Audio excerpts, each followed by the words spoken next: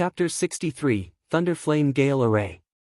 Chapter 63, Thunderflame Gale Array. Whoosh! Beneath the shade of the forest, a gray figure flitted by. The moment a spiritual beast saw him, it would jump on him with greedy eyes. But the beast would ultimately fall to the ground lifeless with an extra fist imprint on its chest. The seventh elder's eyes turned darker, but his speed remained the same. Unlike Zhuofan, his flight attracted no little amount of trouble. Yet this only left a trail of third-level spiritual beasts' corpses behind. He was lucky enough that he did not meet a fourth-level spiritual beast, or it would have been a slightly different outcome. Whoosh! Suddenly, he landed in an open area. He checked for tracks, making sure nothing escaped his sight. He, 3 little brats. Want to run? The seventh elder sneered. He stood upright and scrutinized his surroundings with a cold eye. Will you come out yourselves, or shall I drag you out? His yell bathed the trees in killing intent and scared off nearby spiritual beasts. Ha, I see the seventh elder is not without his reputation. No wonder you are called insidious demon, finding how many we are just from a few faint signs. I am in awe. Zhuofan's laughter resounded through the air. The seventh elder frowned and paid closer attention. Kid, you have just entered the 6th layer of qi condensation. Good ears. The hidden Zhuofan felt his heart go cold. This elder was shrewder than he'd thought, a hard opponent, but he still kept his cool. Seventh elder must be tired after such a long chase. And fighting here will attract 4th-level spiritual beasts. It will be quite an annoyance to you. What if we strike a deal? Which is? The seventh elder snorted and his cold eyes flitted around the area. Zhuofan smiled. Seventh elder chased us for so long, all for the diamond sand. If we give you half, are you willing to let us go? You must be joking. The diamond sand was mine to begin with. You want to bargain with what you stole from me? The seventh elder laughed while being shrouded in thick killing intent. I will not only get my diamond sand but wring the life out of you brats. Then the elder rushed towards a lush tree. He struck it with his palm and made it explode, to reveal Zhuofan sitting on the rock behind it. Brat, you knew of my sharp hearing yet still talked about conditions with me. The seventh elder went for another palm attack, this time targeting Zhuofan. But the latter was calm as ever. He even smiled. I've never been afraid of revealing myself from the start. Zhuofan's hand shifted and... boom! With a loud noise, from behind Zhuofan, a towering flame rose 50 meters high. And with a bird cry, it took the shape of a phoenix. It spread its wings and launched 2 fire pillars at seventh elder. Array? The elder was startled as he didn't foresee the weak brat would know about arrays. From the look of its power, it had to be in 5th grade. No longer careless, he struck the pillars with his palms. Boom! Raging flames exploded and the elder was thrown back with burned palms. Looking up, the elder's carefree eyes from before sported a hint of severity now. I took you lightly. The seventh elder squinted, never imagining a 6th layer of qi condensation youth was a 5th grade array master. Too bad it won't be enough to beat me. The seventh elder soared and made a sign. A fiendish demonic shadow rose behind him from the twisting black tendrils of energy. Wails echoed around him and made the temperature drop. Zhuofan's eyes squinted and his tone lowered. Such a malevolent demonic method, is this from Hell Valley's inheritance? Why do the dead need to know so much? The seventh elder cackled and pointed. The demonic shadow rushed at Zhuofan with a shriek. Zhuofan responded with a hand sign. The fire phoenix cried and spat flames. Bam! Flames and shadow collided in an anticlimactic way. When the fire touched the demon, hissing was heard as if it was met with ice. The seventh elder looked proud of this while Zhuofan squinted. Ninger, now. A faint cry echoed and from another side not far from Zhuofan, a fierce gale hammered through the woods and exposed Xuaningxiang sitting on a stone. At Zhuofan's call, she made the hand signs he had taught her. A chilling wind picked up and flew like a blade as it fused into the fire phoenix's attack. The fire pillar expanded 10 times in a blink and started pushing back the demonic shadow. The seventh elder's face turned grave and made hand signs to strengthen the demonic shadow. But with the help of Xuaningxiang, Zhuofan was getting the upper hand and the seventh elder started sweating. He never saw it coming. Another person was controlling the array. But before he could think of a countermeasure, Zhuofan shouted again. "Xia Tianyang, he's yours. Ha ha ha, I was waiting for this. See how I splatter the brains of a profound heaven expert." Under Xia Tianyang's incessant cackling, lightning burst and revealed him sitting on the other side of Zhuofan and across from Xuaningxiang. Xia Tianyang made a hand sign and launched a 50-meter-long lightning dragon. With a roar, it flashed right into the demonic shadow. Boom! As lightning entered the shadow, it triggered an explosion. The demonic shadow could not overcome the multiple increases in power and was blown into black pieces, soon becoming nothing but ash. The seventh elder spatted blood. This defied all logic. Today, 3 brats hurt him. But the brats were far from done and battered him with the thunder flame gale again. If he didn't do something now, he'd be heavily wounded, he may even die. The seventh elder braced himself and waved the centipede-like chain that suddenly appeared in his hand. Boom! The thunder flame gale attack was blown away as the elder took a few steps back. Zhuofan's side also shivered as each of them felt blood stagnating in their chest. It was a tie. 4th grade demonic treasure. Zhuofan turned serious. The seventh elder gasped and barked, "Good, well done. I've traveled the world for so long, but today, 3 brats have reduced me to this state." He turned to Zhuofan, "I admit you're strong. If we continue, it will end with both sides dead. It's better to take your previous deal. Give me half of diamond sand and I will go." The 3 exchanged glances. Xuaningxiang and Xia Tianyang didn't want to offend Hell Valley and nodded. Zhuofan showed an amiable smile, "All right, let's make the deal." He then jumped off the stone. The seventh elder took back his weapon and flew towards Zhuofan. When they were 10 meters apart, suddenly both their eyes flashed with murderous intent. "Death, brat! Finish him!" Shouting at the same time, the seventh elder revealed his demonic treasure and flung it at Zhuofan while the latter made hand signs. The flames and the centipede chain clashed. Xia Tianyang and Xuaningxiang were startled. Even though they missed the first clash, they soon sent lightning and wind blade toward the elder. The seventh elder couldn't dodge and had to destroy their attacks with his chain once again, but he was also forced to retreat to the skies. Eyeing Zhuofan, the elder's face turned green and white from rage. "Bastard, who would believe you? He takes a demonic cultivator to no one." Zhuofan smirked. Xuaningxiang and Xia Tianyang witnessed this in a daze. Who the hell are they? One is more despicable than the other. None of them is worth trusting. Both of them had only one thought since the beginning: kill. They're too damn vile, treacherous, insidious. Had one of them trusted the other, then their side would have died by now. This thought made the 2 gasp and their eyes darted at Zhuofan. Thank God we have one just as vile and insidious among us. Or we'd be dead for sure. Chapter 64, Bait. Chapter 64, Bait. I need to calm down first. The seventh elder took a deep breath and inspected the area with wrinkled brows. He found that the recovery of diamond sand was becoming a headache, and when he knew the trio ran into the second area, he confirmed it. With his experience, he could easily discover their meager cultivation. And with the highest among them being the 7th layer of bone tempering stage, it was no different than squeezing 3 insects. What was unbelievable though, one of them had a deep knowledge of arrays along with a cunning mind, unlike a rash and ignorant youth he posed to be. This led to the current predicament. With the 3 working together to control the array, he would never get the upper hand. However, he thought of something and his hawk eyes flashed sinisterly. "You are Shui clan's 3rd young miss."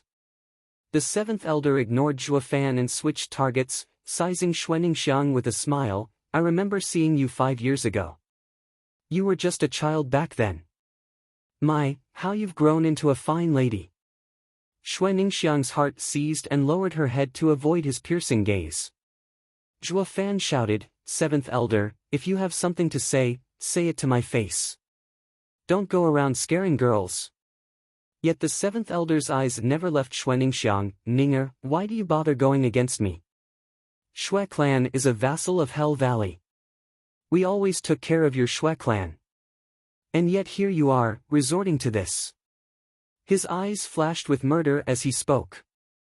Xue Ningxiang shivered and could no longer keep the hand sign up. Zhuo Fan knew that the seventh elder was threatening Xue Ningxiang and rushed to say, "Attack." He and Xie Tianyang synced their hand signs, launching lightning and fire at the seventh elder. But Xue Ningxiang was still in a daze, her hands trembling. Xie Tianyang thought, "Damn, Xue Ningxiang is worried for her clan and has no will to fight. Without the wind's help, there'll be a sharp decline in power." The seventh elder was fighting a psychological battle, grasping the trio's weakness. Fire and lightning combined as it neared the elder, but his centipede chain just flew at it and the attack was nulled.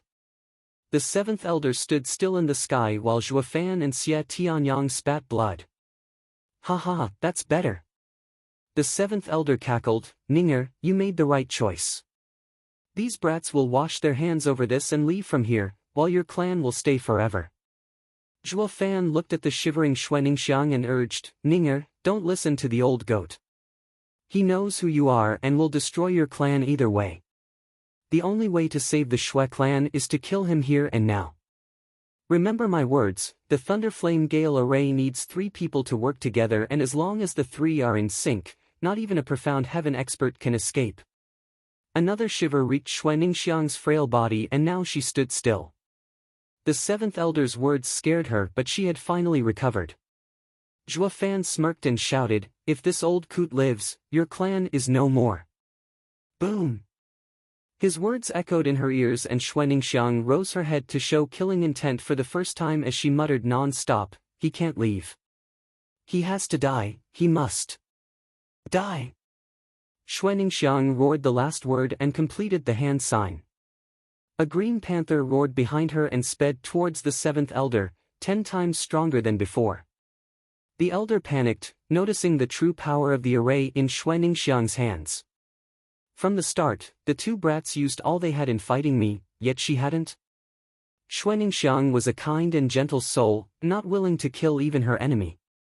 But the seventh elder's words struck a chord in her frail heart that she was close to losing her will for fighting. It was then that Zhuo Fan woke her up and lit a fire in her.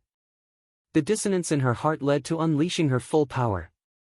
To protect her clan, Xue Ningxiang turned cold and unfeeling like a reaper. She was willing to do anything and everything to make sure the old geezer died here. Zhuo Fan and Xie Tianyang smiled and launched their own attacks. Fire, wind, and lightning combined at their strongest into an overpowering strike that threatened to consume the seventh elder. Even the calm and collected seventh elder was starting to feel fear. He hastily lifted the centipede chain and lashed. Boom! A huge explosion shook the entire second area and even the sky seemed to collapse. Some 4th-level spiritual beasts even fled. The seventh elder, who was caught in the middle, was blasted a dozen meters with his hair and beard singed as he spat blood. But this time, the blood evaporated before it touched the ground. It was proof of the intensity of the attack that pierced his inner organs. With such a heavy wound, just one more and he'd be done for. For the first time, the seventh elder panted with fear in his eyes. Not even he could foresee that the array needed just the girl to flip out for unleashing its full power. But he understood that he would not be able to take more of such attacks. He's on his last leg. Ninger, Xie Tianyang, get ready. We'll finish him off.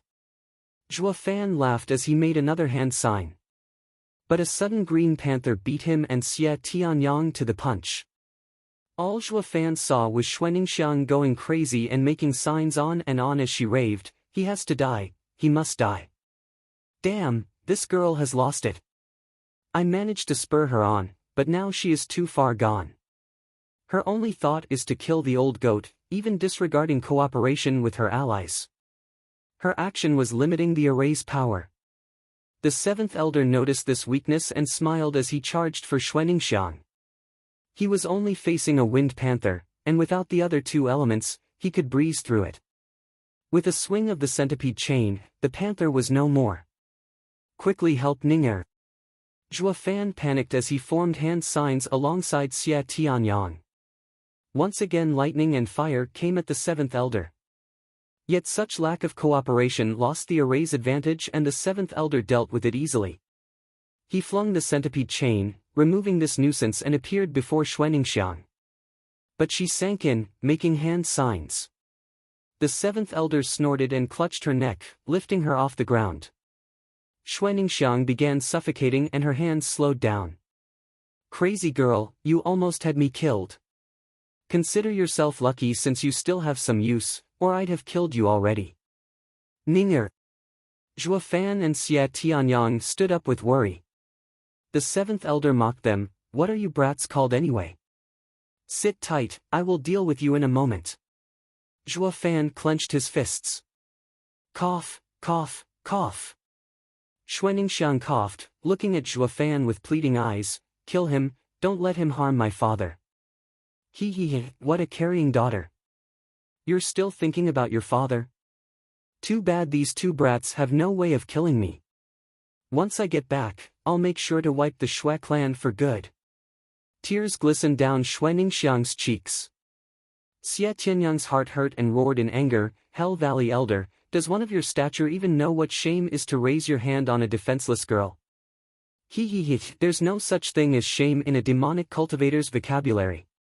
The seventh elder cackled and turned to Zhuo Fan, brat, you're just like this old man, stirring this girl's will to fight with a few words. I would have taken you as my disciple if not for us being enemies. You hurt my friend, so you must die by my hands. Zhuo Fan's tone was irreproachable, Xia Tianyang, get ready to strike.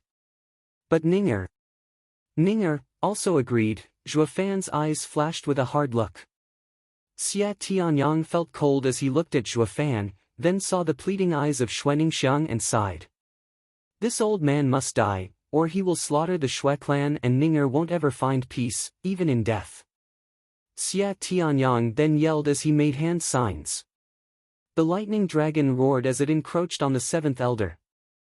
Zhuo Fan, with his red eyes, also shouted and the phoenix behind him spread its wings.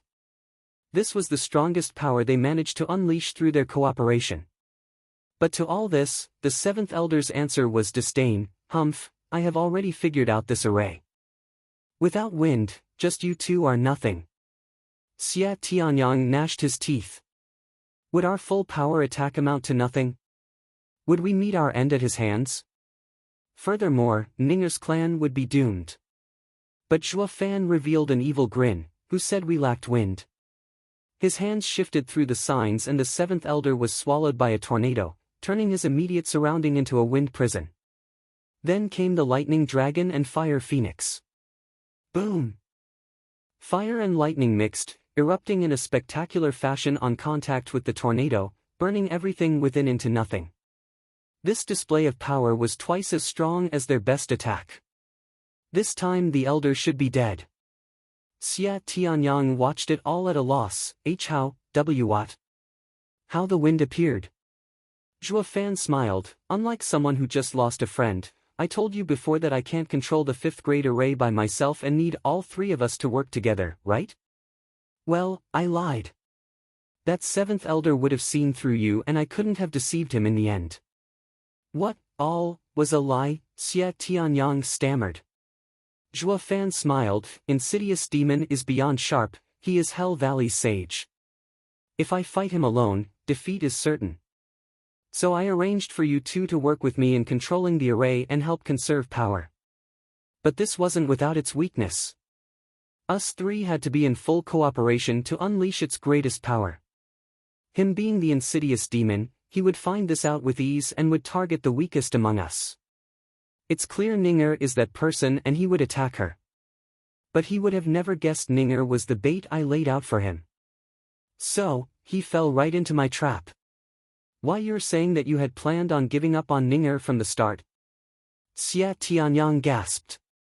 Zhuo Fan felt like a stranger to him. He still recalled how Zhuo Fan yelled at Ninger, "I won't leave anyone behind," his eyes filled with righteousness. Was it all an act? What's with that look? Zhuo Fan sneered, "Didn't you say to leave Ninger behind and flee, that she was a burden? I only thought of a more appropriate use of this burden. What of your promise to her?" Xia Tianyang swallowed dryly, "I heard you promised Ninger to take her outside the city." Zhuo Fan waved it off, "The result's the same, be it living or otherwise." Seeing Zhuo Fan's casual manner, Xia Tianyang felt numb and a chill crawled up his spine. After working together for over a month, he had thought that he somewhat understood Zhuo Fan's character. But now it felt like he was talking to a stranger. Such sheer cruelty made him, a seventh layer of bone-tempering expert, feel more fear than facing a radiant stage expert. But laughter came from amidst the Thunderflame Gale prison. Chapter 65, Insidious Demon. Chapter 65, Insidious Demon. Ha ha ha, kid, you're just like me. Selfish, cruel, heartless, and won't even hesitate to use your own men. Even I'm feeling a bit afraid of you. Boom! The Thunderflame Gale prison blew away with a loud noise to reveal the sinister smiling seventh elder. Yet now he held another centipede chain in his hand, this one black. The two chains formed a helix around him, sparing his life from the dreadful attack. But even so, his body was littered with burn marks, and one could even see the bone in some places as blood seeped out. It was obvious that he survived because of these chains. And that too against the true power of the Thunderflame Gale array. After spitting some burning blood, the seventh elder gasped, but his wicked eyes never left Zhuo Fan for a moment. Kid, I have always been quick to pick up on things related to my enemies everywhere I went, but today you almost had me killed. I have to admit, I never met such dreadful brat in my life. Zhuo Fan looked over to see Xuaningxiang unconscious at his feet. But she wasn't dead. Perhaps the chain helix protected her the same way it protected the elder. But it wasn't like Zhuo Fan cared if she lived or died. He just kept staring at the black centipede chain. You have another fourth-grade demonic treasure? He, I used to have only one. The seventh elder joined the two centipede chains together to form a black and white chain. This fourth-grade demonic treasure, yin-yang chains are of one body. I usually attack with the yang chain and use the yin chain to kill my enemy at the right time. But to save myself today, you forced me to reveal my yin chain. You should be proud of that. Even profound heaven experts only figure out the truth at the moment of their deaths. Zhuo Fan gnashed his teeth. The insidious demon title fits you like a glove. You were willing to suffer a heavy wound just to keep this move hidden. But of course. The seventh elder coughed blood twice, but his face still retained the sinister smile. With how the world is filled with lies and schemes, I prefer to keep my strongest move hidden. That is why my ploys always succeed while the ones against me fail. But today is the exception. The seventh elder's eyes flashed and threw the yang chain at Zhuo Fan and the yin chain at Xia Tianyang as he roared, "Too bad you're out of tricks and can't beat me." I beg to differ. Zhuo Fan smirked and made a hand sign, making a bloody light fly out of Xuaningxiang towards the seventh elder. The elder was seriously hurt and the chains were far away. Zhuo Fan watched him like a hawk just to find if he also had a defensive demonic treasure. This way he could put Blood Infant to good use. In his sorry state, if Blood Infant was to get inside the seventh elder, he'd be refined without even a means to resist. This was Zhuo Fan's true killing move. Even the Thunderflame Gale prison was only used as bait to reveal all the elder's cards. Zhuo Fan refused to believe a man with the insidious demon fame had no hidden means to save himself. Demonic creature. On the other hand, the seventh elder was startled by the bloody light. He now figured out what Zhuo Fan really intended when he said Xuaningxiang was the bait. It wasn't just to trap him in the Thunderflame Gale prison but to also hide a killing move. With how close he was to her, he had no way of dodging. Insidious Demon had to admire Zhuo Fan's cunning mind for beating him at every turn. Zhuofan was expectant of victory as he smiled. It's over, seventh elder. This fight is my win. Suddenly, the seventh elder's yang chain pierced through Zhuofan's chest. He felt his heart being crushed. A large hole was left behind on his body, with pieces of his heart here and there. This is impossible. Zhuofan was confident that the blood infant would gain control of the seventh elder once it entered him, also stopping the yang chain's attack. But the truth was, the chain never stopped.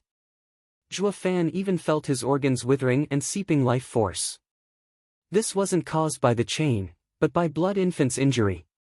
Puking blood, Zhuofan watched in shock as blood infant hung behind the seventh elder.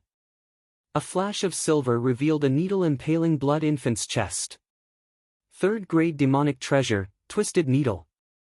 The seventh elder sneered at Zhuofan and pulled back the twisted needle into his elbow. Blood infant collapsed and Zhuofan fell to his knees. His eyes were filled with dread. He couldn't believe he just lost. Bam! A sound was heard from the side. Xie Tianyang struggled for his life, but the yin chain lashed over his chest and he was now spitting blood. It was thanks to his spiritual armor that he was still breathing. Ignoring the rest, the seventh elder walked to Zhuofan calmly. Kid, I am known as the insidious demon. How can anyone outsmart me? The seventh elder watched the dying Zhuofan. You're good, real good. Your schemes even make me feel fear. In a decade or two, you will become an outstanding demonic cultivator. Not even the #1 sage in Tianyu can compare to you. A pity you won't live so long, because I am afraid of what you'll become. You are the first to ever make me feel this way. He was about to land the finishing blow. You might die at my hand, but do not feel bad. Our cunningness is about the same, but I am stronger. In front of true power, all tricks, all methods are moot. The seventh elder's palm came from above and Zhuofan could even hear the whistling wind. He didn't want to die, but he had nothing left to fight with. A loss was a loss, be it in power or cunningness. And the one to lose, died. But he had so many things he wanted to do. So what? The loser never had a choice to begin with. Closing his eyes, Zhuofan took one last breath and blacked out. Roar! A sudden roar shook the entire Allbeast mountain range and the seventh elder's palm stopped an inch above Zhuofan's head. Along with the roar, a wave of flames came to engulf everything. It swallowed trees and left empty husks behind. The seventh elder was startled.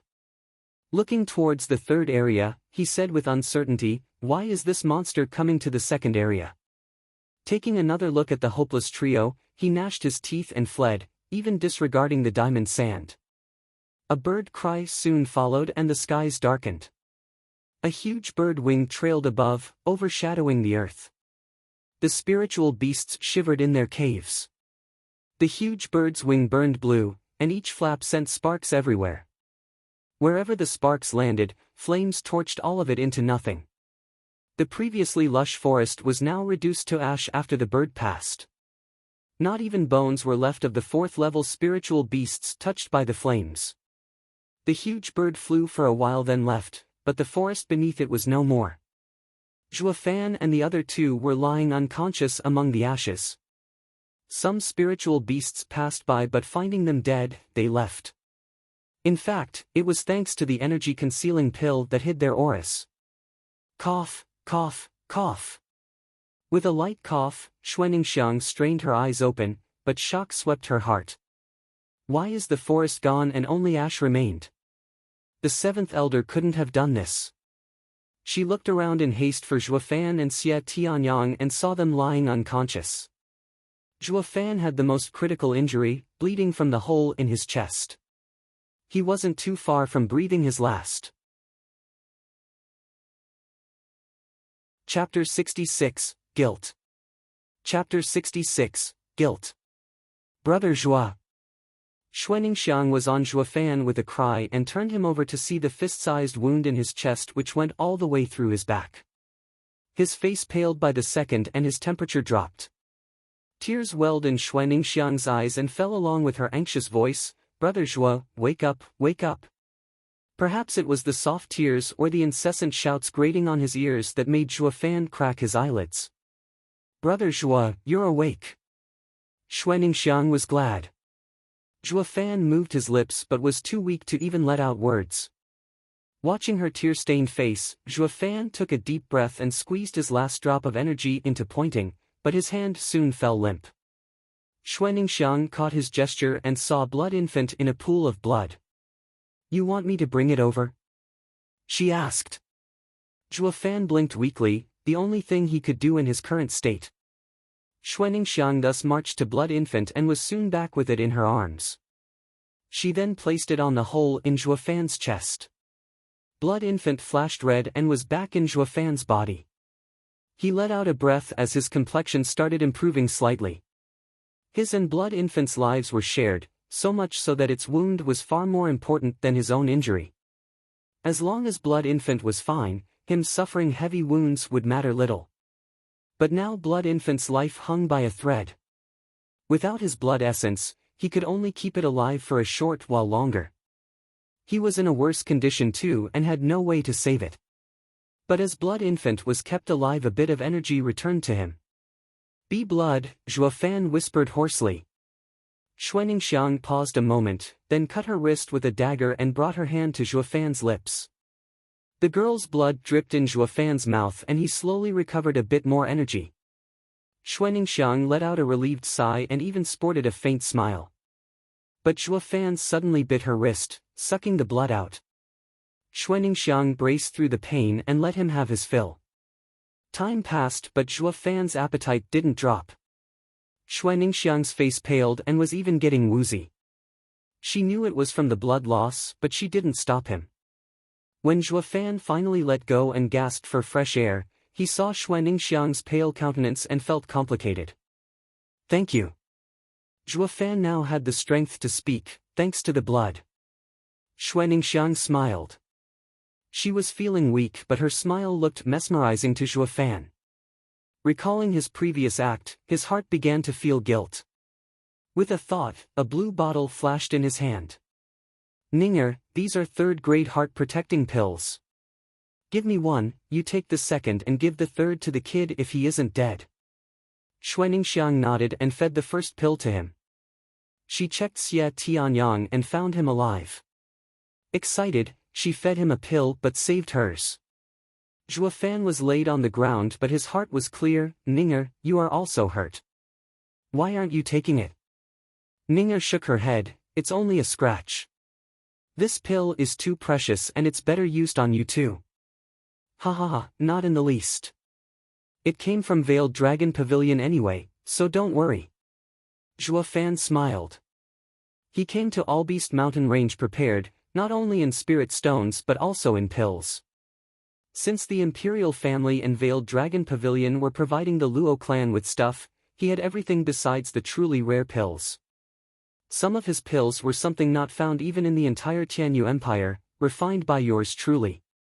"I didn't think I'd use them so fast." "Ninger, take it, it's yours." A snort came and Xuaningxiang turned towards Xie Tianyang. He was also worse for wear, not life-threatened like Fan, but he couldn't move still. He would need 3 to 5 months to heal. Fan couldn't budge but neither could he. Even so, his fear of Fan wasn't that high and said with a clipped tone, "Ninger, this big brother Zhuo wanted to use you as bait from the start. This is his just deserts." When Fan exposed his plan, she was already unconscious in the Thunderflame Gale prison explosion. But hearing it now, she was startled and looked at Fan with the hope that he'd deny. She refused to believe that Brother Zhuo, who stood by her side for over a month, would be so cruel as to throw her away. She hoped this was a misunderstanding, that Fan would refute Xie Tianyang's claims. But Fan remained silent, and his cold eyes refused to meet hers for the first time. With tears welling, Xuaningxiang forced her sorrow down, but her heart felt like being stabbed with a knife. She didn't realize when, but Fan meant a lot to her. She didn't feel hate for being cast out, but pain. Sensing her pain, Fan hesitated. "Ninger, It's fine, you don't need to say anything." Xuaningxiang wiped her nose and forced a smile. I know Brother Zhua is brave and smart, that all went according to your plan. I'm sure it's a misunderstanding. She whipped her head around and left. I'm going to look for branches and make a stretcher. We can't keep staying here. Watching her walk away like nothing had happened, Xia Tianyang rose an eyebrow. Hey, Ninger, you're going to forgive him just like that? He is hurt and can't move. Now's your chance for revenge.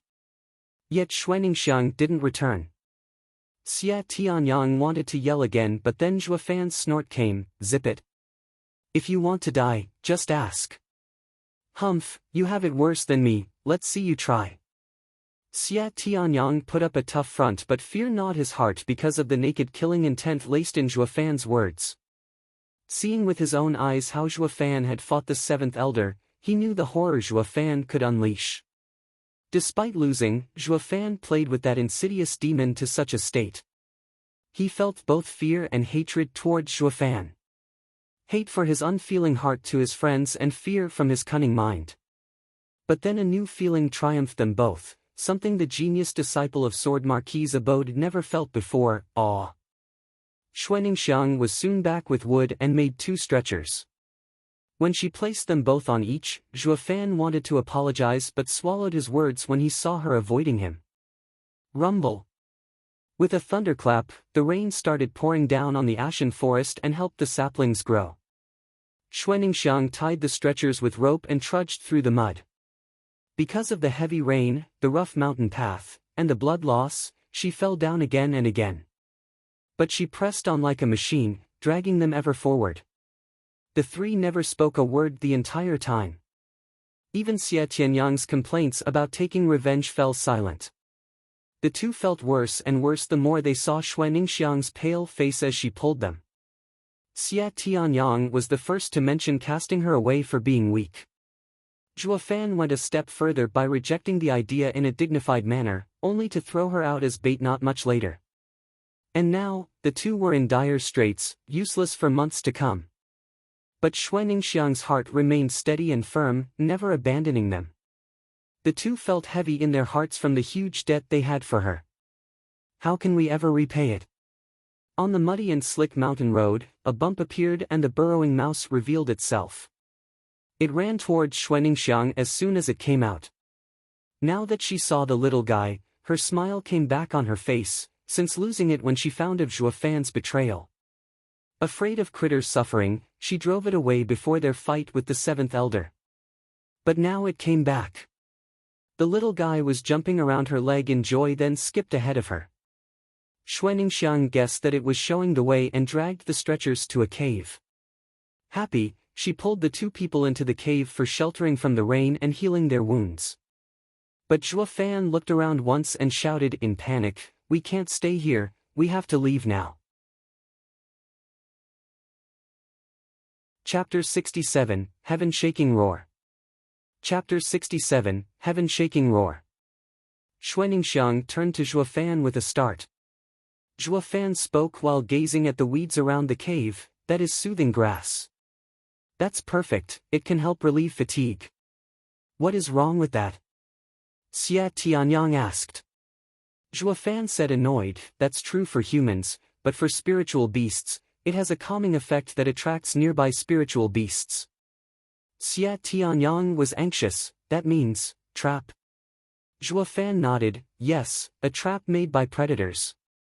The burrowing mouse was drawn here and led us right to it. Curses, you can just bury your head and run, but we'll have to suffer. Why had I taken you in any way? Xia Tianyang snapped at the critter. He wasn't as brash usually, but he was now hurt and powerless to resist an attack. In this grim state, falling in a trap was the last straw. To escape from the 7th elder yet die in a beast's trap was something this genius disciple couldn't accept. The burrowing mouse squeaked a few times with a lowered head. Xuaningxiang hugged it to her chest and spoke softly to Zhuofan, what do we do now? She had ill feelings towards Zhuofan, but she always turned to him for help when the going got tough. What else? Run. Xia Tianyang cut him off. Zhuofan asked hastily, what time is it? Xuaningxiang looked outside the cave, but the rain clouds blocked the sky. She shook her head. I'm not sure, a day must have passed by now. Damn! Zhuofan said gravely, the energy-concealing pill must have worn off and we are now easy targets. I'm guessing beasts must be coming here in droves. What? Xia Tianyang jumped. You said, droves? Zhuofan nodded. The truly strong spiritual beasts don't stoop so low to use this trick. Only low-level spiritual beasts place traps and move in packs. Just then, along with the sound of rain, roars of beast echoed, and several pairs of cruel eyes fixed on the cave's mouth. A rough look would spot around 1,000 heads. Bloodthirsty wolves. Zhuofan sighed, we're finished. Bloodthirsty wolves are second-level spiritual beasts, but with their numbers, they must have a third-level wolf king among them. Not even a fourth-level spiritual beast would dare to mess with them. Xia Tianyang saw the faint green eyes getting ever closer. Woe is me. Heaven must be jealous of my outstanding talent and wants to pluck me. Xuaningxiang looked worried while Zhuofan had his trademark unflappable expression. Xia Tianyang. Zhuofan said, give your sword to Ninger. Ninger? Xia Tianyang didn't understand. My star sword may be a fourth-grade spiritual weapon, but Ninger is in the chi condensation stage. It's not enough to deal with those savage beasts. He spoke of the difference in cultivation and leveled his eyes at Zhuofan. She isn't like you, fighting bone tempering and profound heaven experts while in chi condensation stage. Zhuofan smiled. Ninger won't be fighting the beasts, but escaping their encirclement. He took out a bottle from his ring but didn't have the strength to lift it. Ninger, take this energy-concealing pill. Zhuofan spoke calmly, use it to leave Allbeast Mountain Range once you break the encirclement, but don't go to your clan. Leave the city. Xia Tianyang now understood Zhuofan's plan. So he too took out his star sword. Their debt to Ninger was too great, and at this point, they were nothing but dead weights. Seeing their firm gazes, Xuaningxiang took the sword and ran outside. Both Xia Tianyang and Zhuofan revealed a smile, feeling a weight being lifted off their chests. This way, we can repay her kindness. Even if we die, we can do it free of regrets. Xia Tianyang mumbled. Zhuofan spoke blandly, I don't care about returning favors, just felt unwilling to die like this. I just don't want this girl to keep looking after me. Humph, how cold-hearted. Xia Tianyang snapped. After that short banter, the two were at peace, waiting for the bloodthirsty wolves to devour them. But then wails came, followed by blood splattering on both of them. When they looked towards the mouth of the cave, they were shocked to see Xuaningxiang standing guard at the entrance. Some bloodthirsty wolves were circling around trying to enter but were cut down by her. With her standing guard and this being the only entrance, the wolves were kept at bay. Ninger, what are you doing? Zhuofan shouted. Xuaningxiang slashed and 3 more wolves fell. She looked back with a shy smile. See, with me standing here, they will never get in. Idiot, those are nothing but cannon fodder. The Wolf King wouldn't care if they died. He's trying to tire you out before killing you. Zhuofan cursed, but his eyes were filled with worry.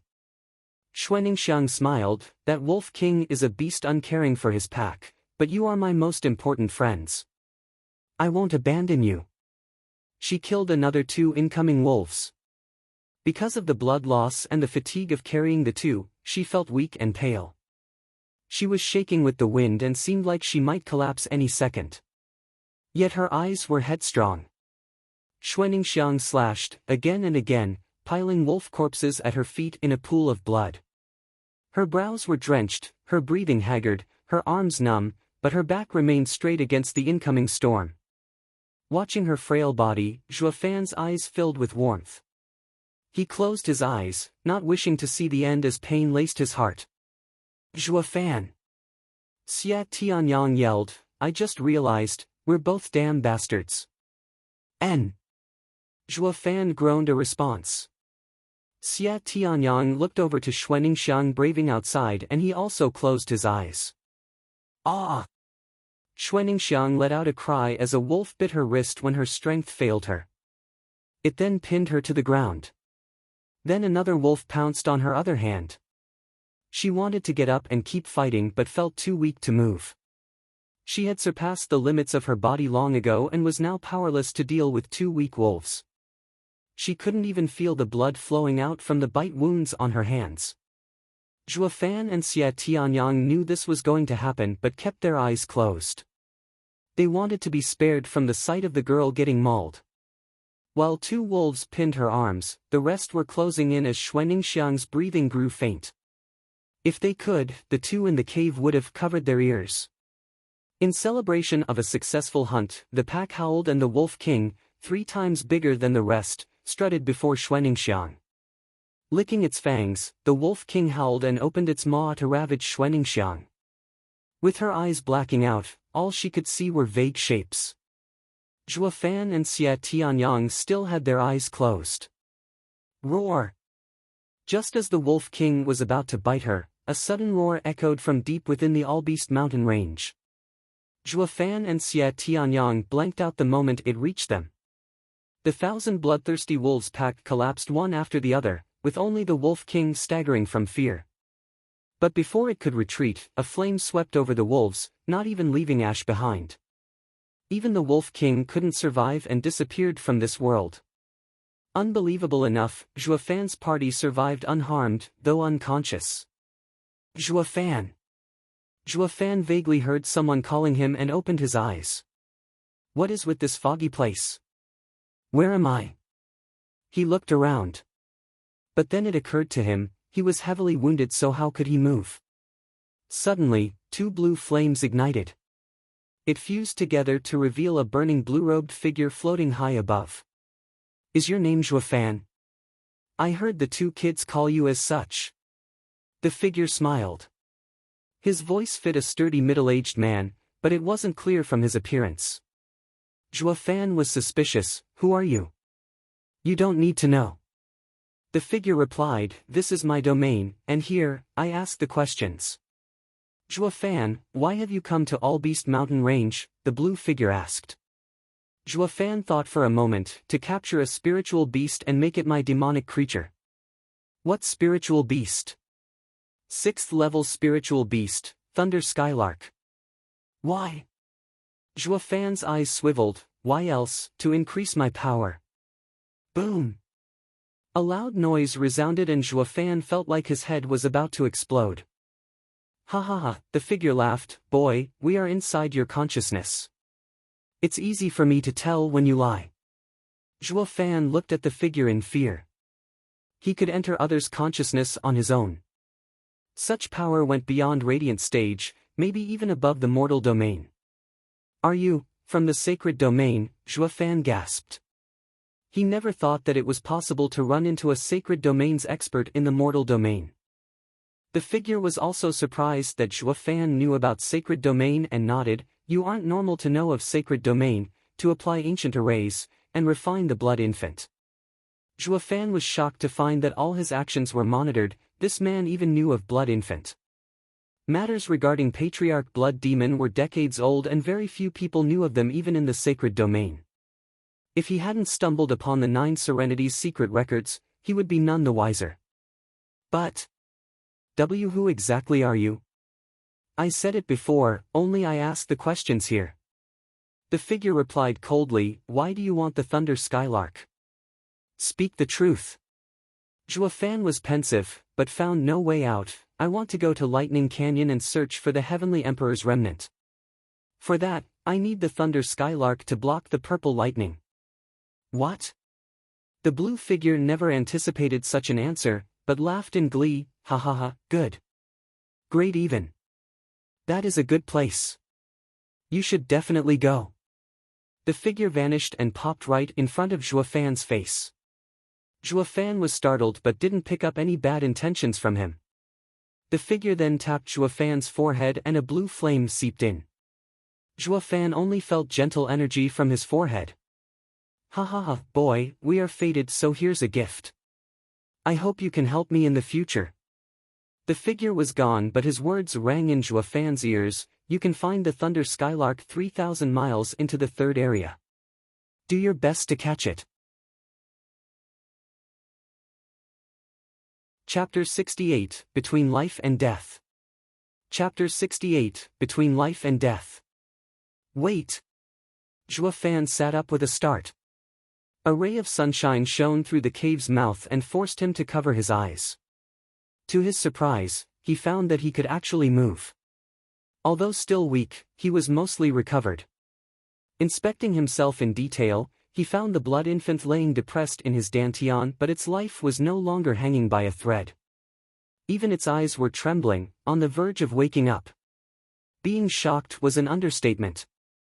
Zhuo Fan knew the expert he met last night was someone who rose above the mortal domain. Or he wouldn't have had the ability to heal his wounds overnight along with blood infants. But, why did he choose me? Zhuo Fan rubbed his forehead, recalling that the man had planted something there. But his weak self didn't allow him to see clearly what it was. He shook his head in the end. It doesn't matter, anyway he saved me. Whatever his reasons are, I will figure them out sooner or later. With his current strength, what could he do against that man? Mocking himself, he realized that he was overthinking things sometimes.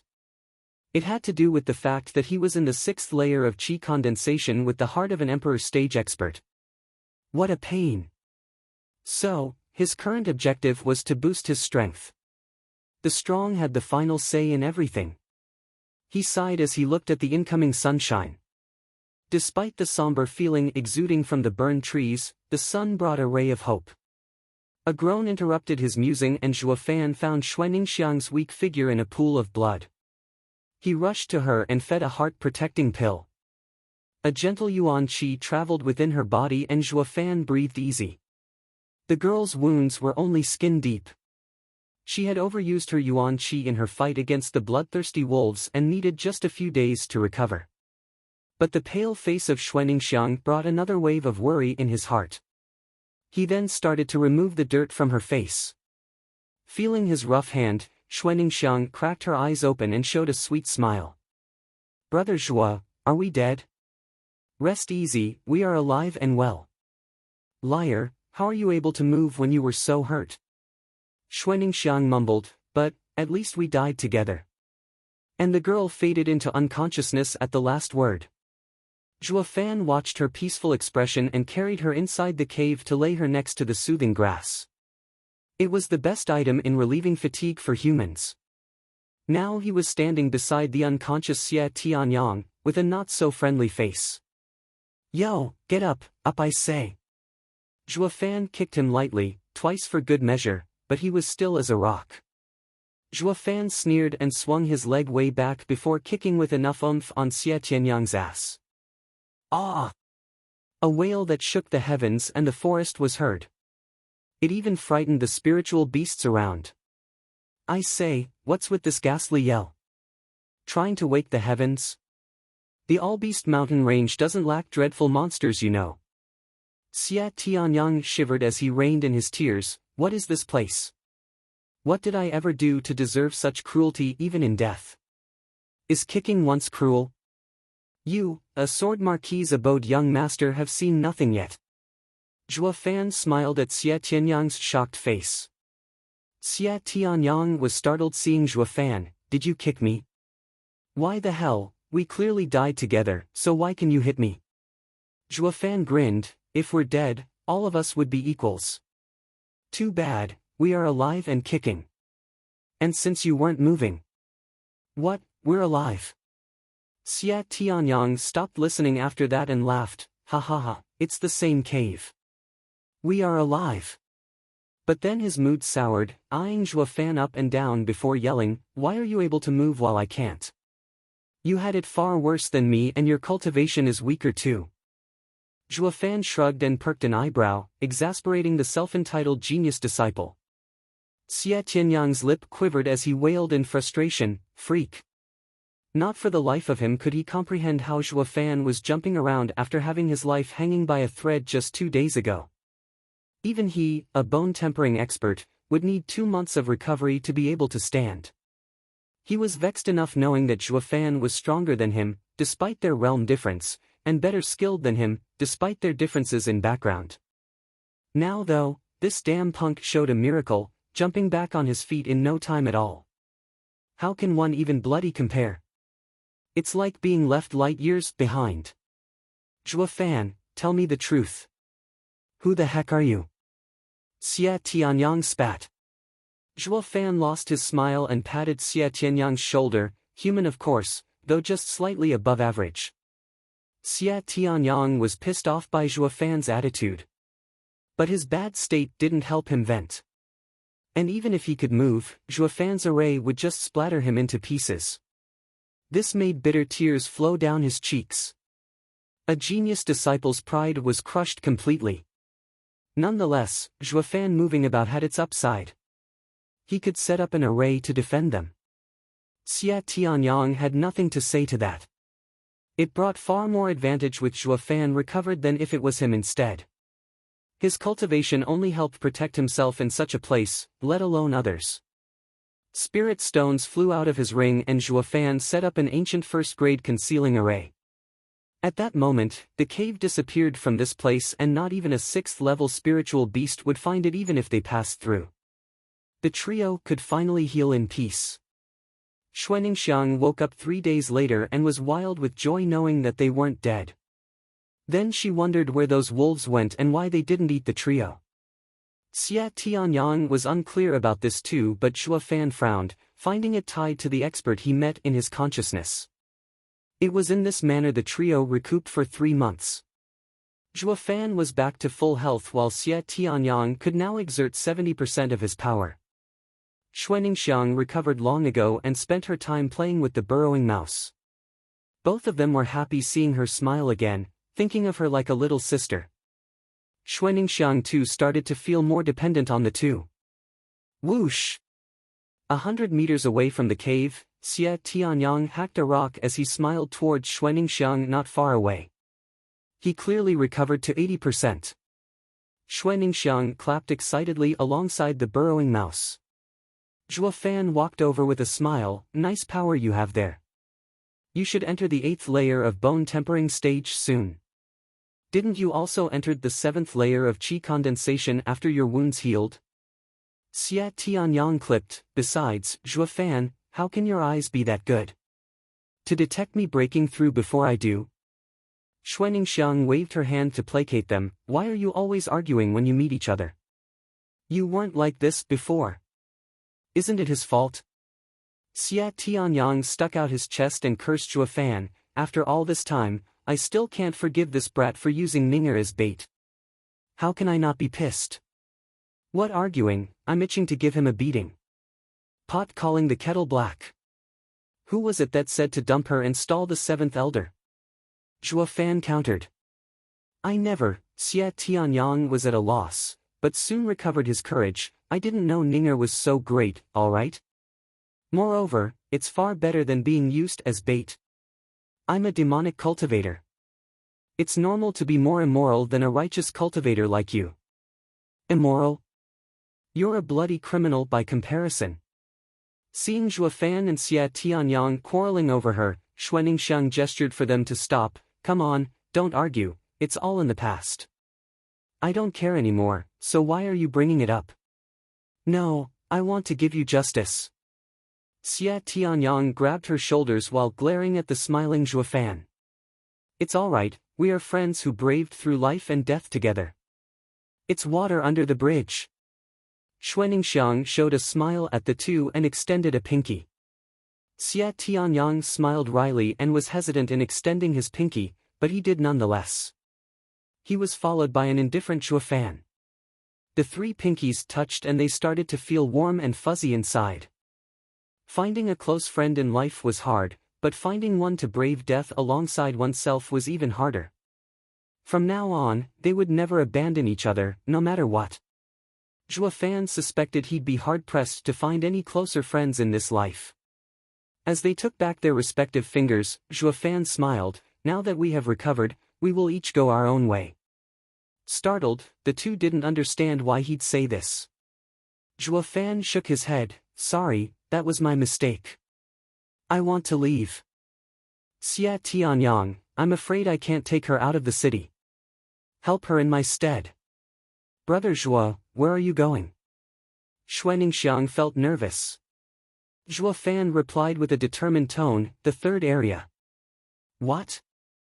Xia Tianyang and Xuaningxiang shouted, at first we wanted to avoid the seventh elder by going there, but why would you still want to go? Zhuo Fan's eyes flashed with guilt. To be honest, it was my objective from the start. I wanted to go together because, you were useful. Bastard, you wanted more baits? Xia Tianyang cursed. Zhuo Fan nodded, yes, so if you don't want to die, run along. The farther from me the better. As he replied, Zhuo Fan turned to leave. Wait.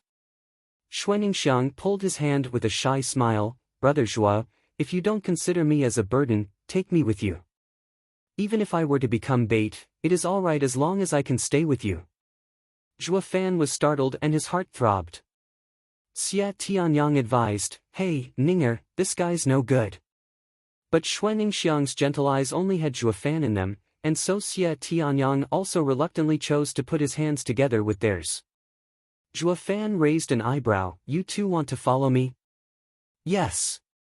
Xia Tianyang felt lifeless, but don't misunderstand, I'm not coming to help you but to make sure you don't betray Ninger. Zhuo Fan smiled.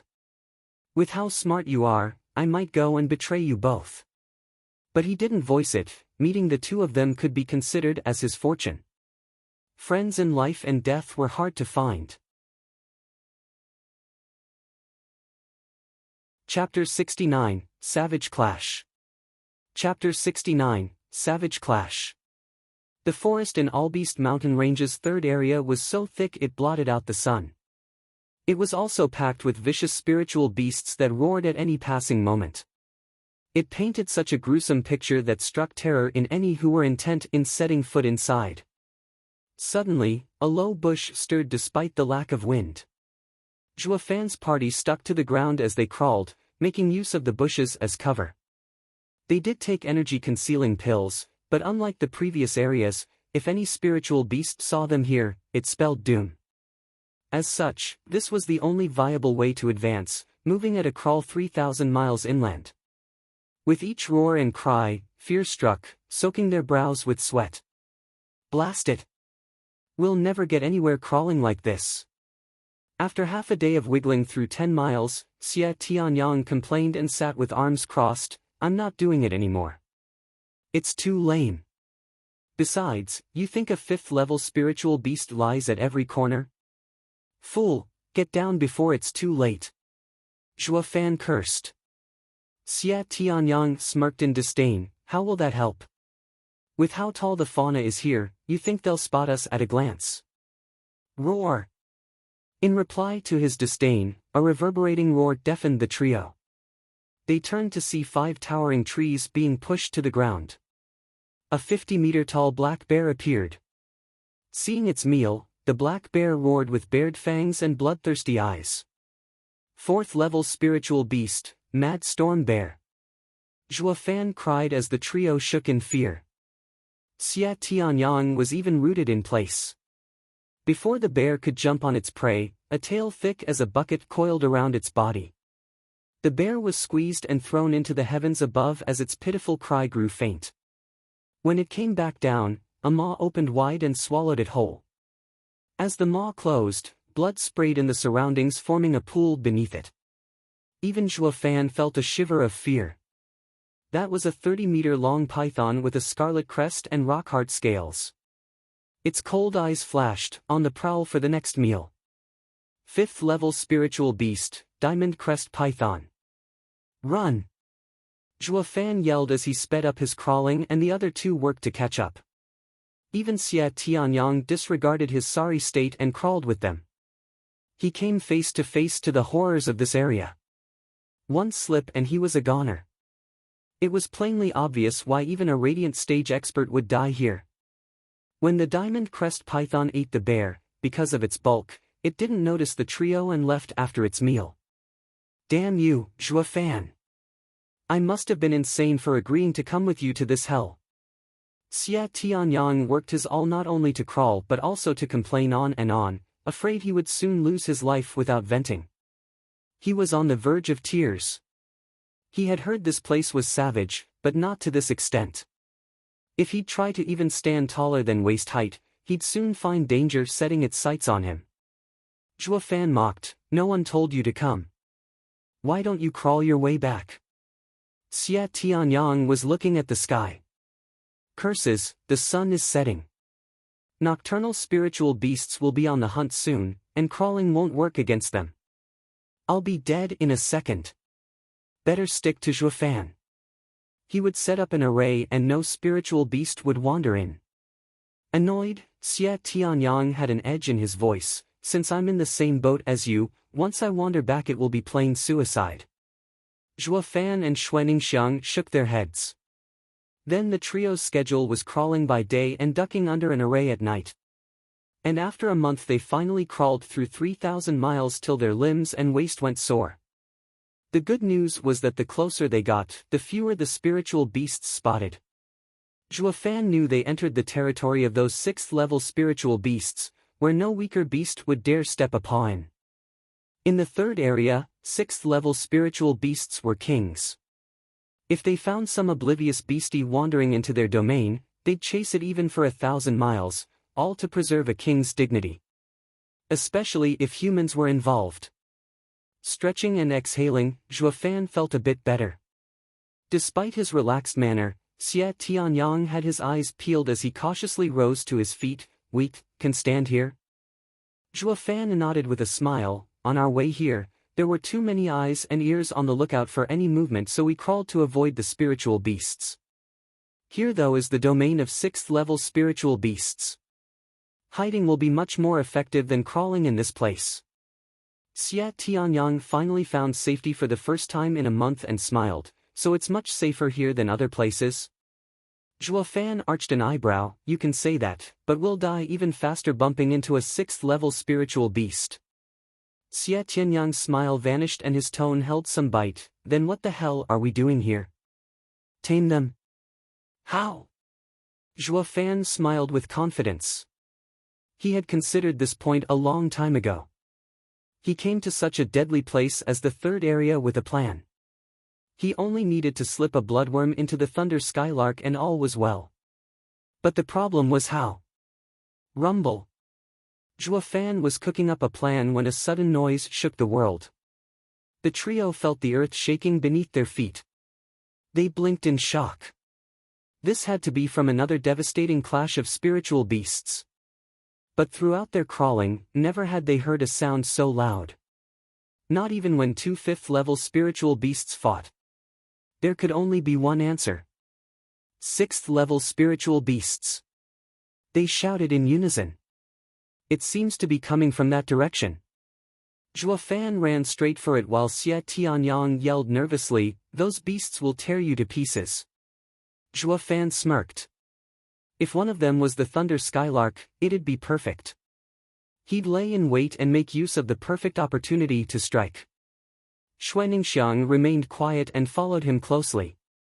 Wherever Zhuo Fan went, she would be close by. So, Xia Tianyang had no choice but to join them. 15 minutes later, the trio heard a thunderclap in the sky and the roaring flames. The three huddled behind a large rock in a small valley and peeked above. But the sight took their breath away. 2 spiritual beasts flew high up, both 6th-level spiritual beasts. One was a deep blue-colored bird with a 15-meter-long body and a wingspan of 20 meters. Lightning traveled along its body as it cracked the air. Despite being smaller in size, even compared with a 5th-level spiritual beast, its every wing beat covered the sky in lightning and wind blades that struck the rocks in the valley to pieces. A 5th-level spiritual beast would be crushed by such display. Thunder Skylark.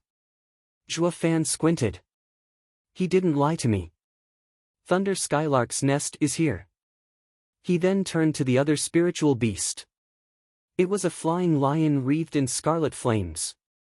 Its mane was on fire and it had 30-meter-long wings of flames, half as long as his body. A flap of its wings sent fire to engulf the skies and burn the whole valley to a crisp. 6th-level spiritual beast, Flaming Lion King. Zhua Fan's heart tightened. The Flaming Lion King was as powerful as a 7th-level spiritual beast, putting the Thunder Skylark at a disadvantage. He had thought that if the Thunder Skylark was tangled with another 6th-level spiritual beast, he'd play the fisherman and make the bird swallow a bloodworm during the confusion. Pity that it was facing Flaming Lion King. The Thunder Skylark would likely be defeated and killed. But wouldn't that bore a large hole in his plans? No, I have to help it. But how? This savage battle is no different than a Radiant Stage Expert's fight. Getting involved will only get me killed. Boom! As Zhua Fan was musing a plan, the two beasts clashed again. Flaming Lion King spat a fireball while Thunder Skylark sent a thunderstorm with a flap of its wings, intending to crush it. But then, Flaming Lion King rammed its huge body into the frail Thunder Skylark. The bird cried out and tumbled around in the air. Zhua Fan secretly sighed. Sure enough, the Thunder Skylark was just as adept at using her attribute like the Flaming Lion King, but her body lacked power in contrast. It would die if this went on. Big Brother Zhua, can you help the poor birdie? Xuaningxiang turned her puppy eyes to him. Zhua Fan was this close to spewing blood. Birdie? Well, it does belong to the swallow type, but it's a spiritual beast nonetheless. Regardless, just how exactly is that thing small?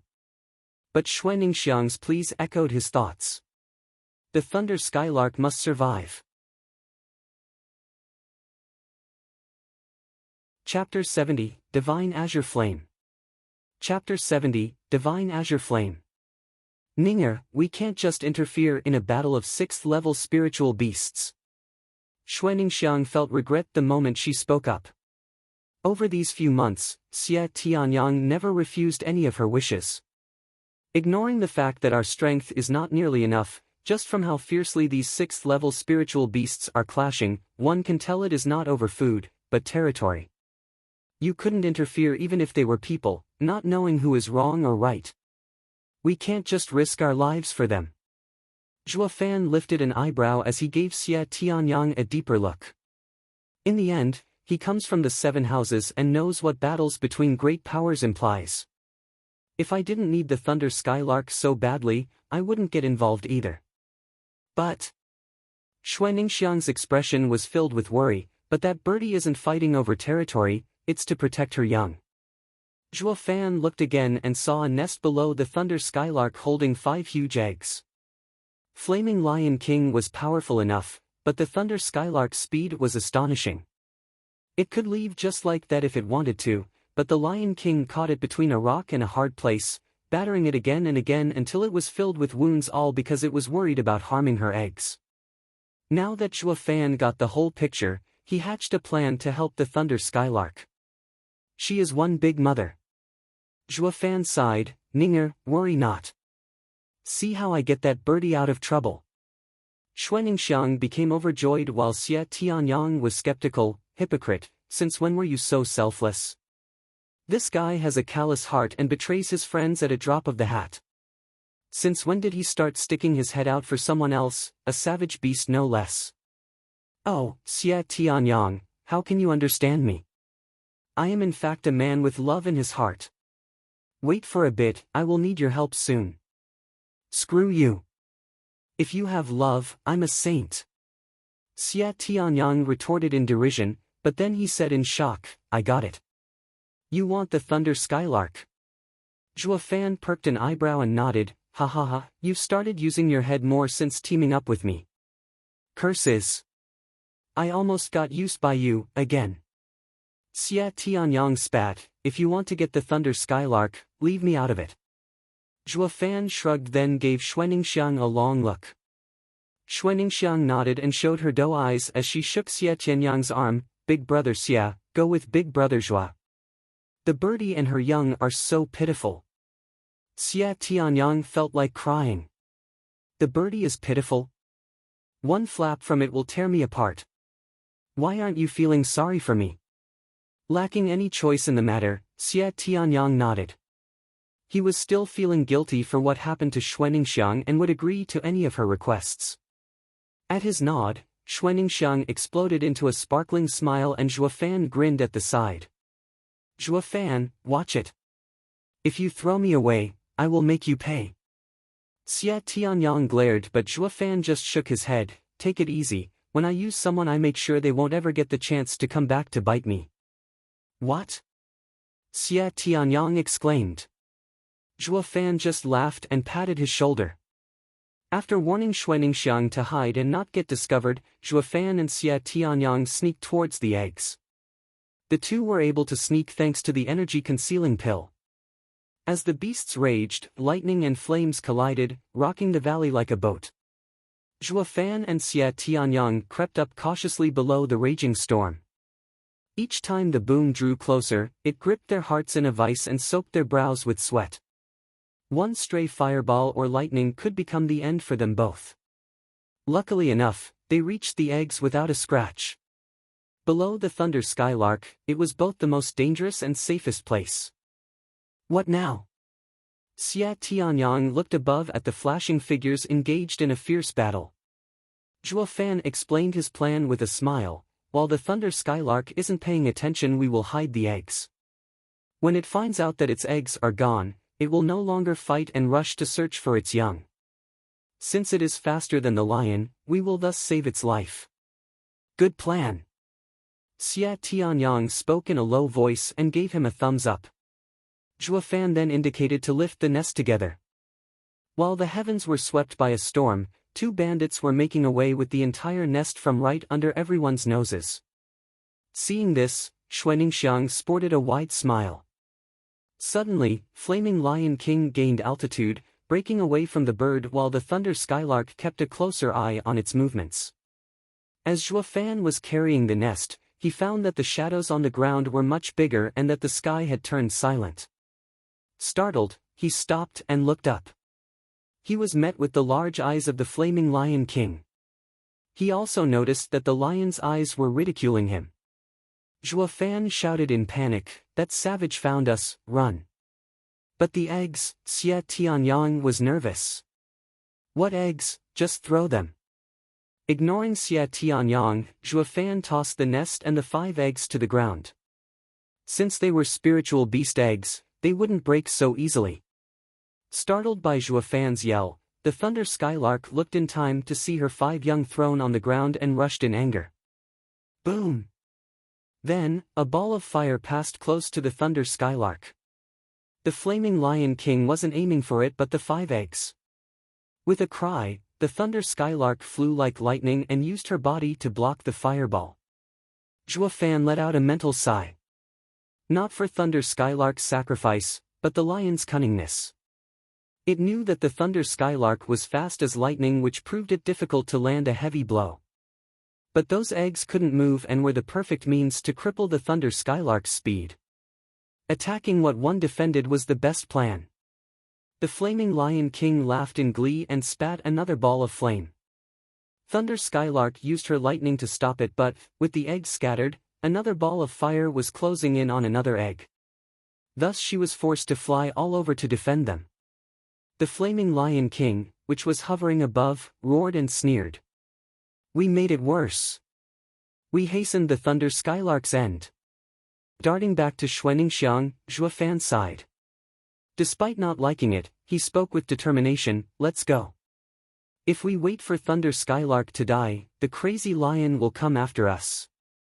Zhuofan and Xia Tianyang grabbed Xuaningxiang's arm, but she stood rooted to the spot, watching the Thunder Skylark darting to and fro as tears fell down her cheeks. Zhuofan sighed, he had no way to help the bird now. Let it go, Ninger. We need to leave. Zhuofan furrowed his brows and urged, but Xuaningxiang shook her head. Boom! After fending off 24 fireballs, the Thunder Skylark let out a mournful cry and fell tired and wounded in a large crater. The Flaming Lion King charged with its claw, aiming for the bird's throat. No! Xuaningxiang broke away from the two's grasp and rushed to defend the Thunder Skylark. The cold wind from Flaming Lion King's attack fanned her fine black hair. But her eyes remained unwavering. Zhuofan and Xia Tianyang rushed over, alarmed. Both forgot that they would soon be 2 more corpses added to the pile, that it wouldn't make a difference. Even Zhuo Fan lost his calculative mind. The 3 only knew to not abandon the other. Ninger, I will accompany you in death. Xia Tianyang roared as he threw himself in front of her. Zhuo Fan flashed in front of the 2, but his eyes were fixed on the Flaming Lion King. He was the demonic emperor. Even in death, he would stare down his enemy. Dumb humans, your flesh won't stop this king's claw. The Flaming Lion King opened its mouth and sneered. As its claw drew close, its killing intent made the trio shiver. But just when the claw was about to touch Zhuo Fan's face, an azure flame came out of Zhuo Fan's forehead and a shocking power shrouded the entire All-Beast mountain range.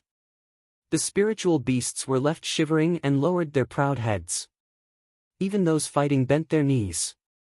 Flaming Lion King stopped its claw and watched the swaying flame as it trembled in fear. Chapter 71, Got an Egg. Chapter 71, Got an Egg. The azure flame was as small as a candle's, flickering in the wind in front of Zhuo Fan's forehead. But with each sway, the Flaming Lion King's eyes shivered, as if it saw its end. It then took back its claw and sped away in the form of a ball of fire. It scampered off with speed rather than dignity, so much so that it was even close to falling at some point. A 6th-level spiritual beast, a king in the All-Beast mountain range, was now fleeing like a kitty while trembling from every joint. Frowning, Zhuo Fan touched his forehead, but the azure flame had already hidden inside. He only felt a faint warmth and concluded that it was connected to the expert who had appeared in his consciousness and touched him there. Hey, Zhuo Fan, Xia Tianyang shook his arm as he questioned, be honest with me, are you absolutely positive that you are human?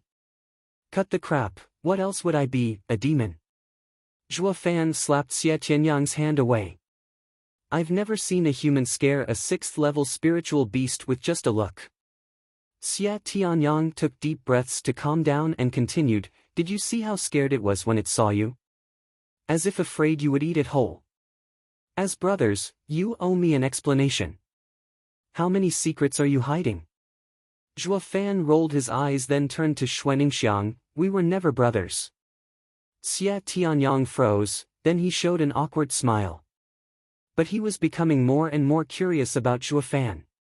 Coming next to Xuaningxiang, they saw her tear-stained face as she looked at the thunder skylark. The lion didn't take its life, but the birdie was too far gone to be saved. Unlike Xia Tianyang, she ignored the fleeing Flaming Lion King and inspected the birdie's wounds. It won't make it. Zhuo Fan sent his Yuan Qi to check its state, then sighed.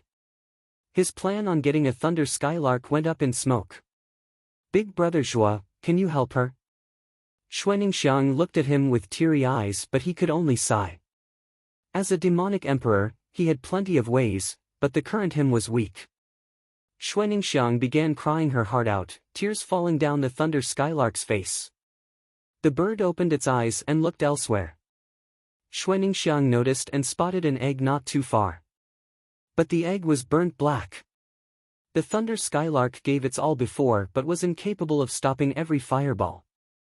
It wants her young. Let's go find them. Xuaningxiang cried. Zhuo Fan and Xia Tianyang searched around and soon gathered 4 scorched and lifeless eggs. Wasn't there one more? Xuaningxiang nervously asked. The 2 shook their heads. The last one was lost. They couldn't find it anywhere. Xuaningxiang was sorrowful, kneeling before the thunder skylark as she sobbed, forgive us, we are the ones who hurt you. The thunder skylark was always watching the 4 scorched eggs with teary eyes. Then, her eyes flashed and moved her great body. From below her, the last egg rolled out. It was intact but still had a few scorch marks on it. Zhuo Fan looked long at the thunder skylark and secretly nodded. Despite being forced to run around by the Flaming Lion King, it knew what it had to do. It made sure to protect one egg without anyone knowing. And when it collapsed, it used its body to hide the egg. So that even if it was killed, the egg would survive. It gave its life to protect its young. Thinking about this, Zhuofan developed a deep respect for the bird. With a cry, the thunder skylark stared at Zhuofan, or, more specifically, his forehead. Then it turned to its egg with a hopeful gaze. "You want me to take it?" Zhuofan assumed. It nodded, eyes filled with warmth for the egg. Zhuofan picked it up and sighed. "It is badly burnt and, even if it hatches, it won't live for long. Unless..." He whispered the rest into the thunder skylark's ear. It was first startled, then nodded in gratitude. Turning to her young, the thunder skylark closed her eyes in peace. She could now rest easy knowing Zhuofan would look after it. Xuaningxiang saw its life fade away and was crying her heart out. Zhuofan and Xia Tianyang sighed. They didn't foresee her being so compassionate even towards a spiritual beast. They would, at most, hold some respect, but never be so heartbroken about it. Ninger, it won't come back. Don't feel too sad about it." Zhuofan consoled. "Yeah, I never knew you'd be so compassionate towards this thunder skylark just after meeting it once." Xia Tianyang laughed dryly and scratched his head, not knowing how to comfort the girl. Xuaningxiang wiped her tears and knows why you guys misunderstood. It is a sad birdie, but I'm not crying for it. I was reminded of my home. Her appearance made me recall my dad protecting me every step of the way, taking care of me. The other two smiled dejectedly. It seems this girl was reminiscing. No wonder she was so touched. Since it's not for the bird, then I will take the thunder skylark's body." Zhuofan felt awkward as he stashed the body in his ring, but Xuaningxiang just nodded. Xia Tianyang, however, was aflame in anger. "Hey, why do you get to have a whole 6th-level spiritual beast's body?" A spiritual beast was a treasure in and of itself. The 6th-level spiritual beast bodies, in particular, made for great refining materials. Even the 7 houses seldom got such an item, and Xia Tianyang regarded it greatly. Looking askance at him, Zhuofan stated, "You saw it giving me its egg. Its body is the same. You stay here with Ninger, I'll be right back." He left before Xia Tianyang could argue. Xia Tianyang wanted to follow Zhuofan, but seeing Ninger, he stayed. He was worried for her safety. Leaving her all alone in the woods was not wise. Though it made little difference if he was there too. Whoosh! In a secluded spot, Zhuofan took out the egg, the thunder skylark's body, and some black rocks. He began circulating his yuan qi and his hand burned scarlet. This was a cultivator's most basic yuan qi flame.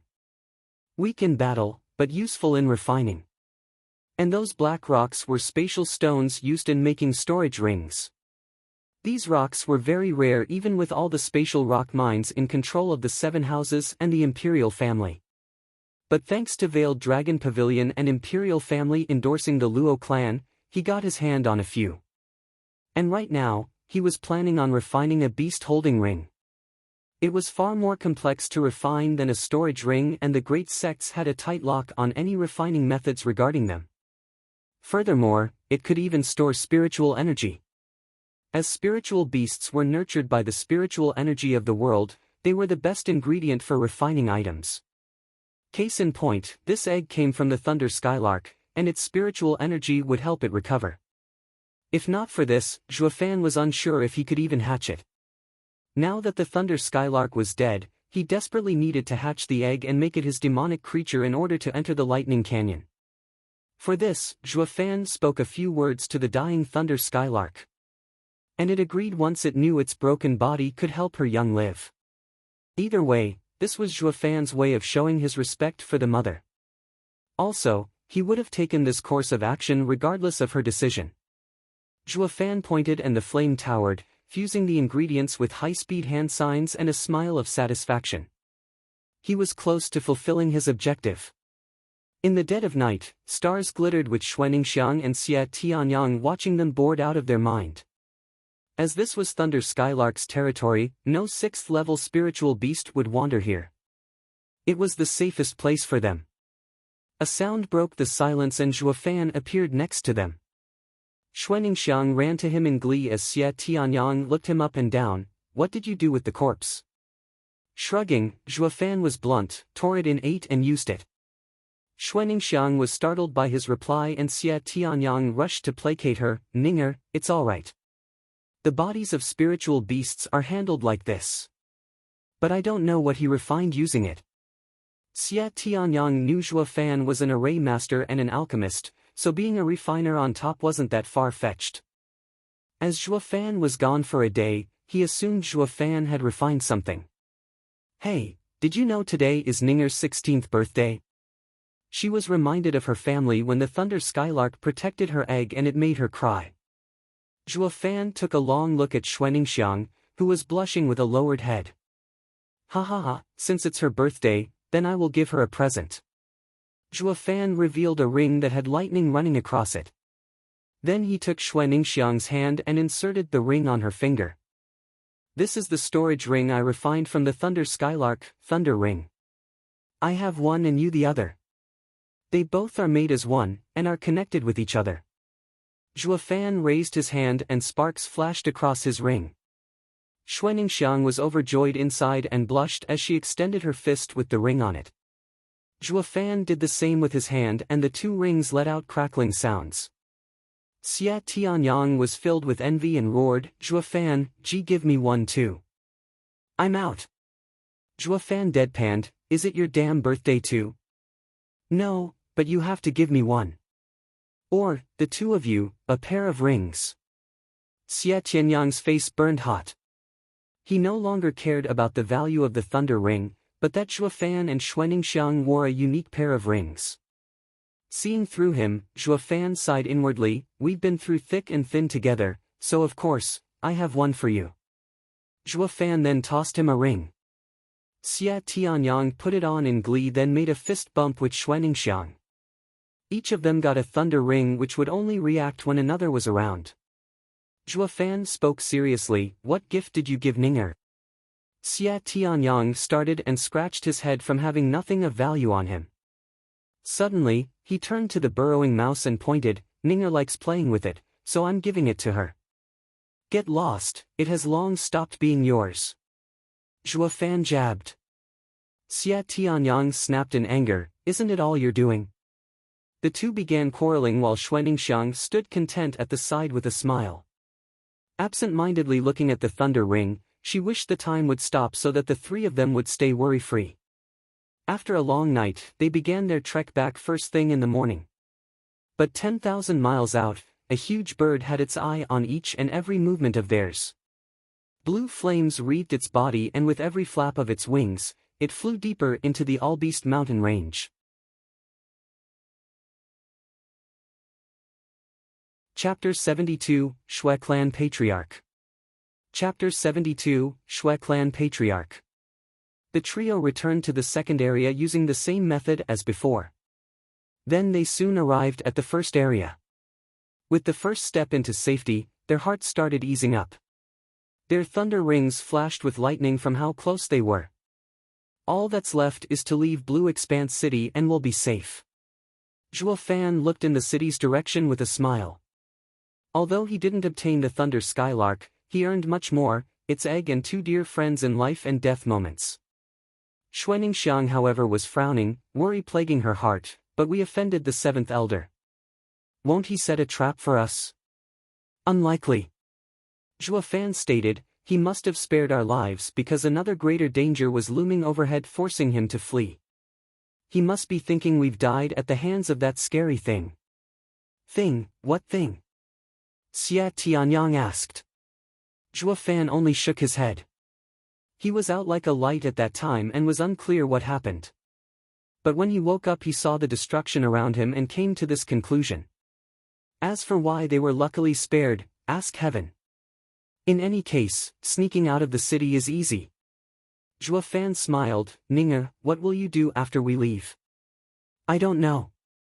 Xuaningxiang turned gloomy, but then she looked up at Zhuofan, Big brother Zhuo, I'll just go with you. Zhuofan started while Xia Tianyang became flustered and said, Ninger, how about you come with me, to Sword Marquis's abode? Not only will your clansmen not come for you, but even Hell Valley's people wouldn't be able to take you from us. Xuaningxiang happily nodded, all right. Big brother Zhua, why don't you also come? I've never seen the strong 7 noble houses of the Tianyu Empire. Xie Tianyang wasn't too pleased about it, but since Ninger was happy he also relented. Zhua Fan, for Ninger, I will extend an invitation to visit my house as a guest. Zhua Fan looked at them for a moment and shook his head. I cannot. I have other places to be. If fortune smiles, we will see each other again. The two were startled and hesitant about parting. Though Xie Tianyang and Zhua Fan were like fire and water, arguing every day, they went through hell together and came out as brothers. Hey, I truly welcome you to my house. Think of your brother, me, and come. Zhua Fan snickered. I already said, we aren't brothers. Sigh, how can you? As Xie Tianyang was about to laugh it off, a crack was heard and a sudden pressure pushed down on them. No one is allowed to leave. Whoosh! A black figure appeared with long black and white hair. His long goatee fluttered in the wind, and his eyes flashed as they landed on the trio. Profound Heaven Expert. Zhua Fan and Xie Tianyang were startled and protected Xuaningxiang with their bodies. Is it an elder from Hell Valley? I've never seen him. Zhua Fan and Xie Tianyang whispered. What was certain though, this old man wanted to wring them dry. But then, Xuaningxiang jumped out from between them and walked cautiously towards the man. Grandfather. Xie Tianyang was stumped while Zhua Fan asked with a frown, You're Xue clan's only profound heaven expert, Xue clan's patriarch, Xue Dingtian. Turning a blind eye to the rotten kids in front, Xue Dingtian looked over Xuaningxiang. Ninger, where did you run off these months? I looked all over for you.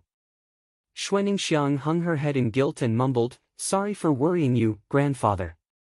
Xue Dingtian sighed and tousled his dear grandchild's hair, then spat, Did any of these runts misbehave? Xuaningxiang knew where this was going and was embarrassed. Grandpa, what are you saying?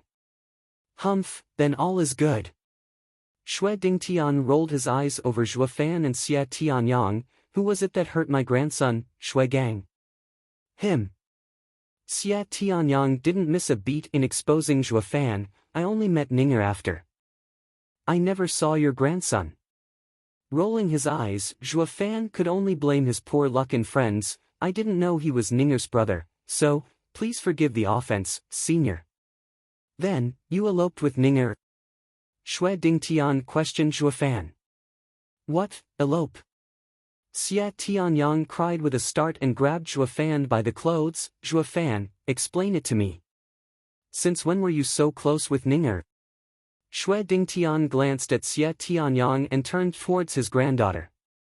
Who is that kid, to be even more pissed than me? Xuaningxiang glared at her grandpa, then hit her flaming cheeks with her hands. Grandpa is getting old, how could he mention something like that out of the blue? She was complaining inside, but her eyes sneaked a peek at Zhua Fan. Wait, don't misunderstand. I only asked Ninger to show me the way and nothing else. Zhua Fan gesticulated while shouting. Only then did Xie Tianyang stop. Xue Dingtian stared down Zhua Fan, but seeing no lies, he spoke, Good, in that case, I won't be hard on you on account on your time with my granddaughter. Come, Ninger, let's go home. Xue Dingtian pulled her. But Xuaningxiang turned to the two behind her. Xie Tianyang was getting anxious, wanting to stop them. Wait! Zhua Fan shouted. Xue Dingtian spoke in a cold tone, Is there something else, runt? You can't take Ninger, said Zhua Fan with a stony expression, and I advise you don't return either. Xue Dingtian frowned, What do you mean by that? I'll be frank. We offended the 7th elder of Hell Valley and he recognized Ninger. I can guess he's now getting rowdy in the Xue clan. If you go back now, you will die. Xue Dingtian was startled, then looked to see Xuaningxiang nodding shyly. As if thunderstruck, Xue Dingtian trembled and stumbled backward before falling. Xuaningxiang started crying and rushed to her grandpa. Grandfather, forgive me. Xue Dingtian tightened his fist as rage swallowed his heart. Then his killing intent-filled eyes landed on Zhua Fan and Xie Tianyang. It's you who brought this disaster upon us. As long as I take you to the seventh elder, he will spare us.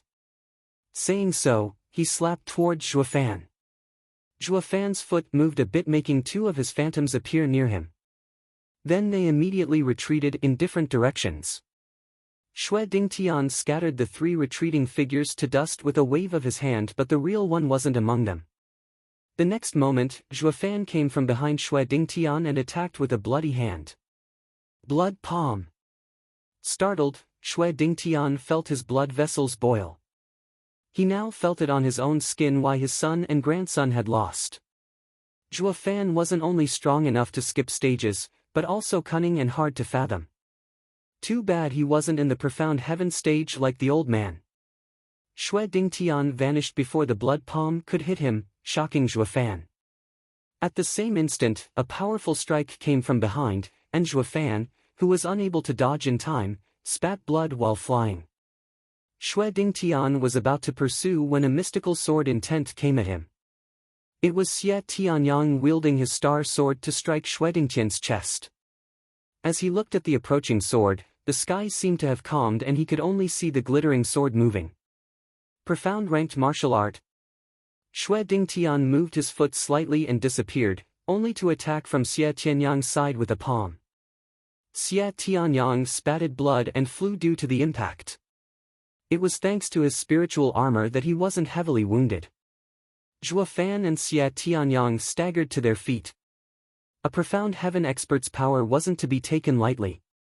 Without an array, they had no chance.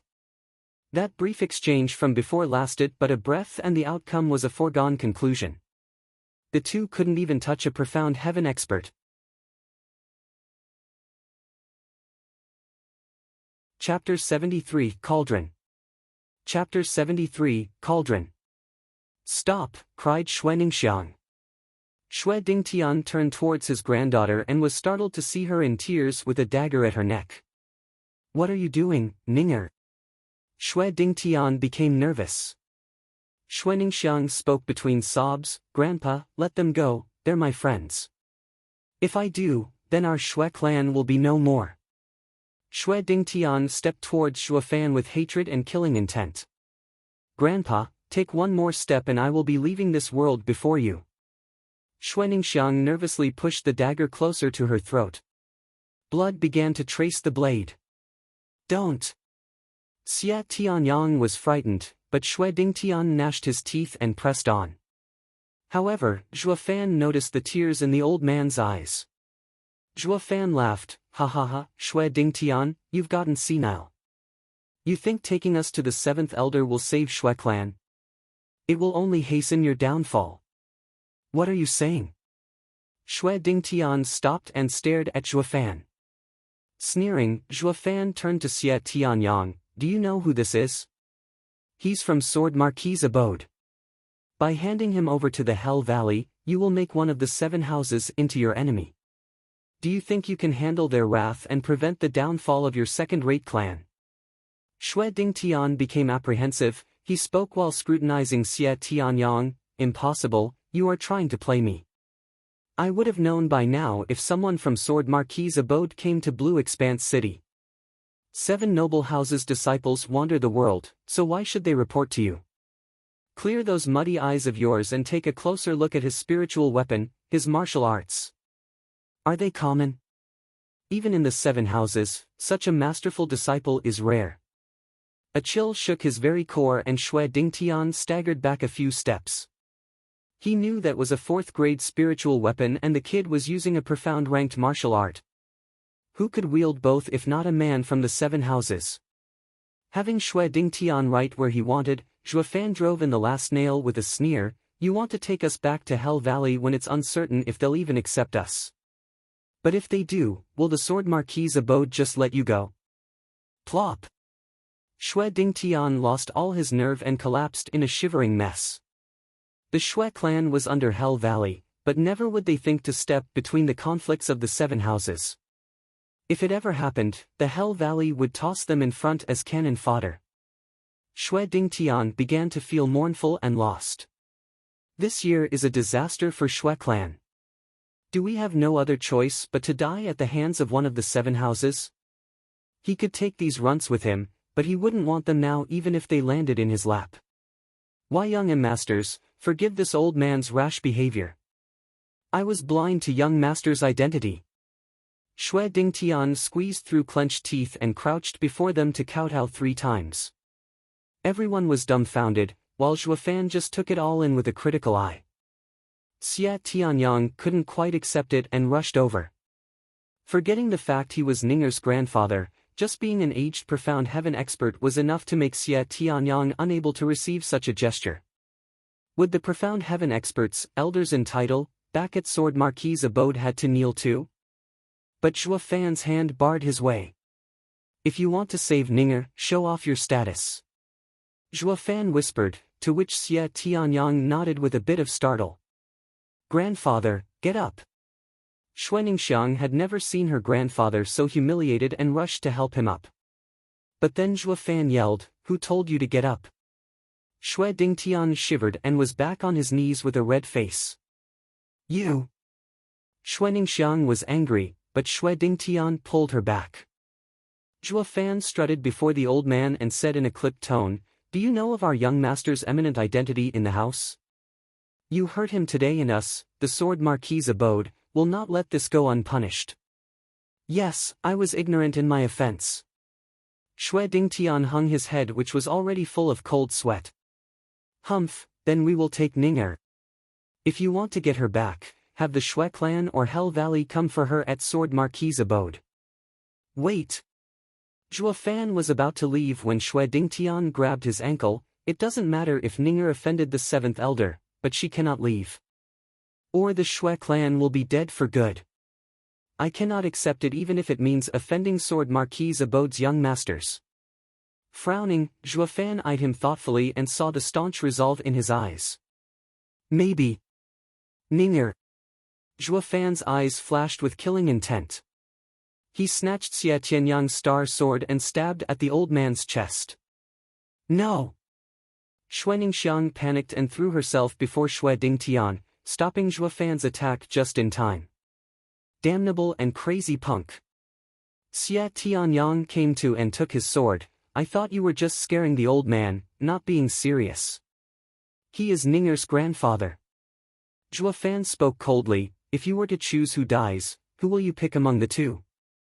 Of course it's, Xia Tianyang hesitated as he got caught in a dilemma. Xuaningxiang didn't understand what was going on between her grandfather and Zhuofan. Shui Dingtian, what do you need Ninger for? Zhuofan spoke harshly. Shui Dingtian sighed, I know that young masters like my granddaughter, but she is already betrothed to Hell Valley's young master. When she is 16 years of age, I will have to take her to them. Because of this, she has tried to run from home so many times. With how the time is nearing its end, if I don't take her, our whole clan will perish. Xia Tianyang asked, Ninger, is this why you ran away? Xuaningxiang nodded sadly. Zhuofan watched Shui Dingtian's wrinkled face for any lies but found none, so even you do not know for sure. If it's marriage then it's fine, but... But what? Xia Tianyang snapped, Ninger can't marry some random guy from Hell Valley. Come, follow brother to Sword Marquis' abode. Shui Tianyang, this marriage is fake. Zhuofan shot him a glance then spoke to Shui Dingtian, if it was about Hell Valley's marriage they would have come for her ages ago. But have you seen any girl getting married off to them coming back alive? Shui Dingtian pondered then shook his head, Hell Valley is one of the 7 houses, with proper rules and manners. Marrying with our second-rate clan already deserves heartfelt gratitude. What other reason can there be? She is ready to be wed to someone, and it's no longer our place to ask. Ha ha ha, that's exactly what they want. Zhuofan cackled, if I were to tell you that all the girls who got married to the Hell Valley's people died, what will you do? Will you still let Ninger go? What? Impossible. Shui Dingtian refuted, why would they do that? We've always been loyal to them. It is because you are so devoted that they chose you to raise a cauldron. Zhuofan declared. Everyone asked in shock, what cauldron? Zhuofan answered calmly, there are some demonic cultivators who train in a cultivation method that utilizes ghosts of the people dying gruesome deaths. But too heavy grievance would lead to an imbalance in the yin and yang. This would increase the risk of oneself getting devoured by the ghosts. Therefore, the purest soul is needed as a foundation to train in it. And 16-year-old maidens are the best materials. You're saying they want Ninger to train some art? Xia Tianyang looked at Xuaningxiang with worry. Zhua Fan nodded, most likely. Do you remember the 7th Elder's martial art? That profound ranked martial art wasn't trained to completion and was weak because the cauldron was lacking. You think he'd go easy on us on purpose? They all gasped at the cruelty of Hell Valley, which was using people as materials to practice arts. But Zhua Fan couldn't care less. Demonic cultivators were selfish, not cruel or humane. Anything that killed one's opponent was most welcomed. He recalled that one time back in the sacred domain when an emperor stage expert cultivated this demonic method and killed 10,000 cultivators, the expert provoked the entire sacred domain's cultivators into an uprising against him. Even demonic cultivators rose the flag of righteousness, vowing to wipe such filth from the world. That was one of the rare occasions in which the two paths joined. Luck had it that Zhua Fan was among them, witnessing this force on the move. He learned then not to incur public hatred if he wasn't the strongest. That was also why he trained in the dark after getting the 9 Serenities secret records. Even now, despite having the demon transformation art, which could raise his cultivation without a limit, he wasn't slaughtering left and right.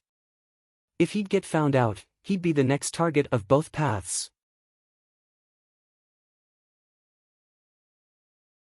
Chapter 74, Flowing Metal Body Refining. Chapter 74, Flowing Metal Body Refining. The silence was deafening. It was so quiet that only cawing was heard. And even this noise only worked to darken the mood. Ninger. Xue Dingtian turned serious as he said, if what this young master said is true, it's best if you leave. Grandfather, Xuaningxiang looked at him in tears. Xue Dingtian smiled, don't worry, I'll go back and find out the truth. If it isn't like what this young master said, then I will come back to get you and proceed with the marriage. He ruffled her hair and flew away. Watching his departing figure, Xuaningxiang sniffed in tears. Big brother Zhua, will my grandfather be all right? Zhua Fan's conjectures were always spot on and Xuaningxiang wished to know her grandfather's fate. She wanted him to say her grandfather would be fine, that her clan would be fine. But Zhua Fan shook his head.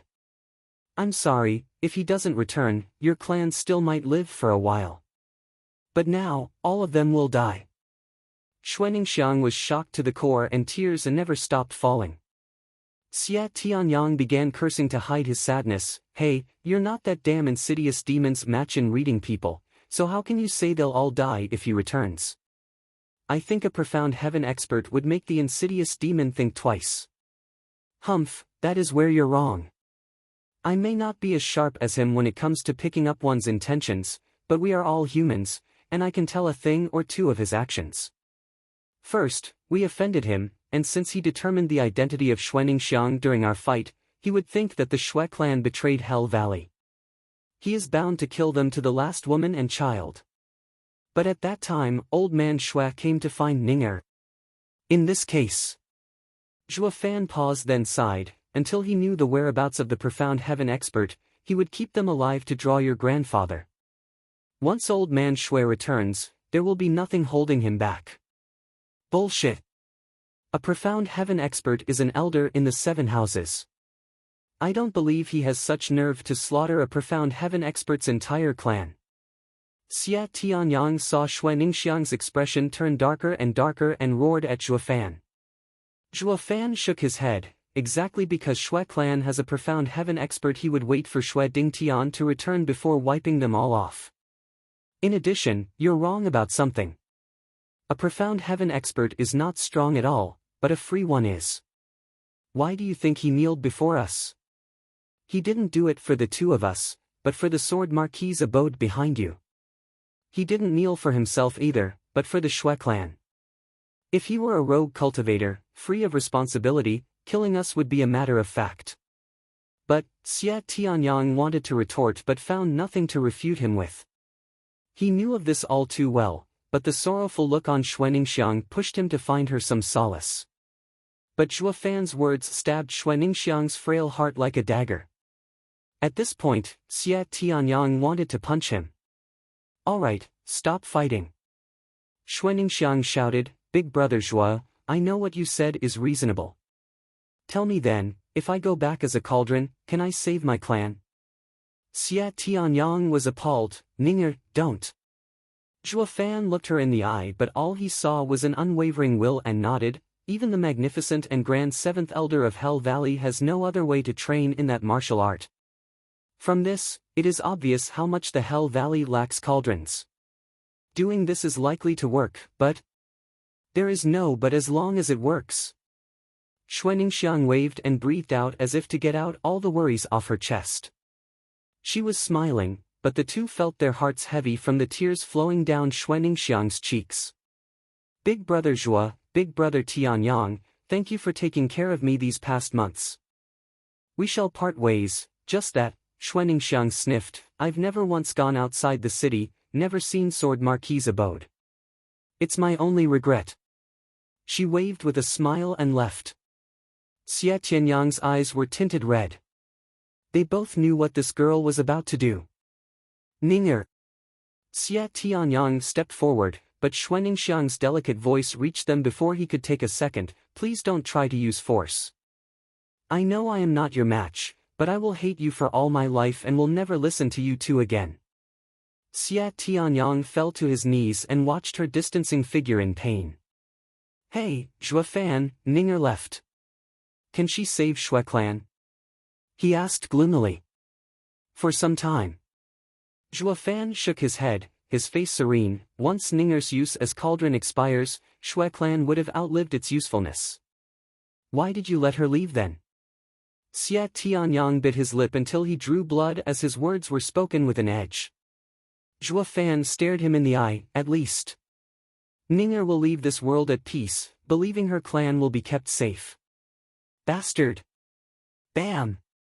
Xia Tianyang stood up and punched Zhuo Fan's face and sent him 10 meters flying. "You betrayed Ning'er again." Roaring, Xia Tianyang rushed after Xuaningxiang.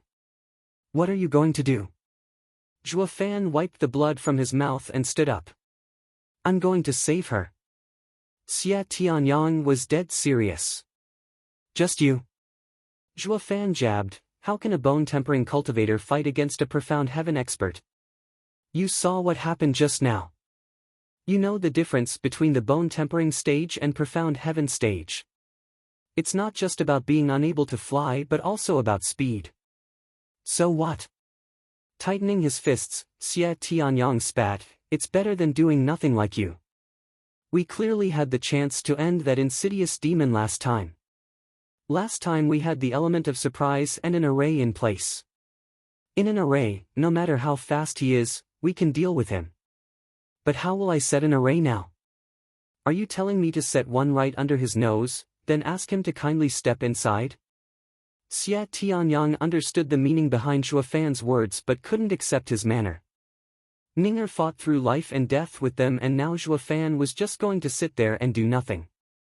"Zhuo Fan, I always knew there was no worth in trusting you. But as a man, good or bad, they are duty-bound to fulfill their promise. You promised to take Ning'er out, and if you don't, you'll be nothing more than a coward." Roaring, Xia Tianyang sped up in his rush. "If you go you can only watch, powerless to do anything." "I will still go. I would rather die than be a coward." Watching Xia Tianyang chasing Ning'er, Zhuo Fan tightened his fists and muttered, "Who said I'm any different?" Then he turned around and entered the forest. In a cave, 15 minutes later, Zhuo Fan set up a concealing array, then drew an odd pattern on the ground and placed spirit stones at key locations. Then he spread diamond sand across the entire pattern. Finally, his hand flashed and a pair of wings with streaks of lightning across them appeared in the center of this pattern. This was a secret body refining art from the 9 Serenities secret records. It would make use of demon transformation art to refine the ingredients and transform one's flesh into diamond body. This was far crueler than the wraith art he gave to Captain Pang. Wraith art was a cultivation method for humans to refine their body, but this secret art treated the human body as a medium in refining it, just like a demonic treasure. The results were outstanding, of course, invincible and tough as steel. But the process was excruciating, 1,000 times more miserable than the wraith art. To imagine, this process involved cutting one's body inch by painful inch if one wanted to refine his body with ingredients suited for demonic treasures. It was so dreadful that one would find death a blessing. In the past, before he even found the 9 Serenities secret records, Zhuo Fan wouldn't train in wraith art even if he had it. Because it was too inhuman, too brutal, despite how much strength it gave back. And here he was using a method even more excruciating and dangerous. But this was also the only way he could improve his strength in a short time. If he wasn't stronger than that cunning and deceitful insidious demon, his success wasn't certain. With his heart at peace, his eyes filled with resolve, Zhuo Fan made a hand sign. In an instant, the strange pattern shined brightly and started to churn. As it spun, the diamond sand trickled towards a small vortex in the center and entered inside the cross-legged body of Zhuo Fan.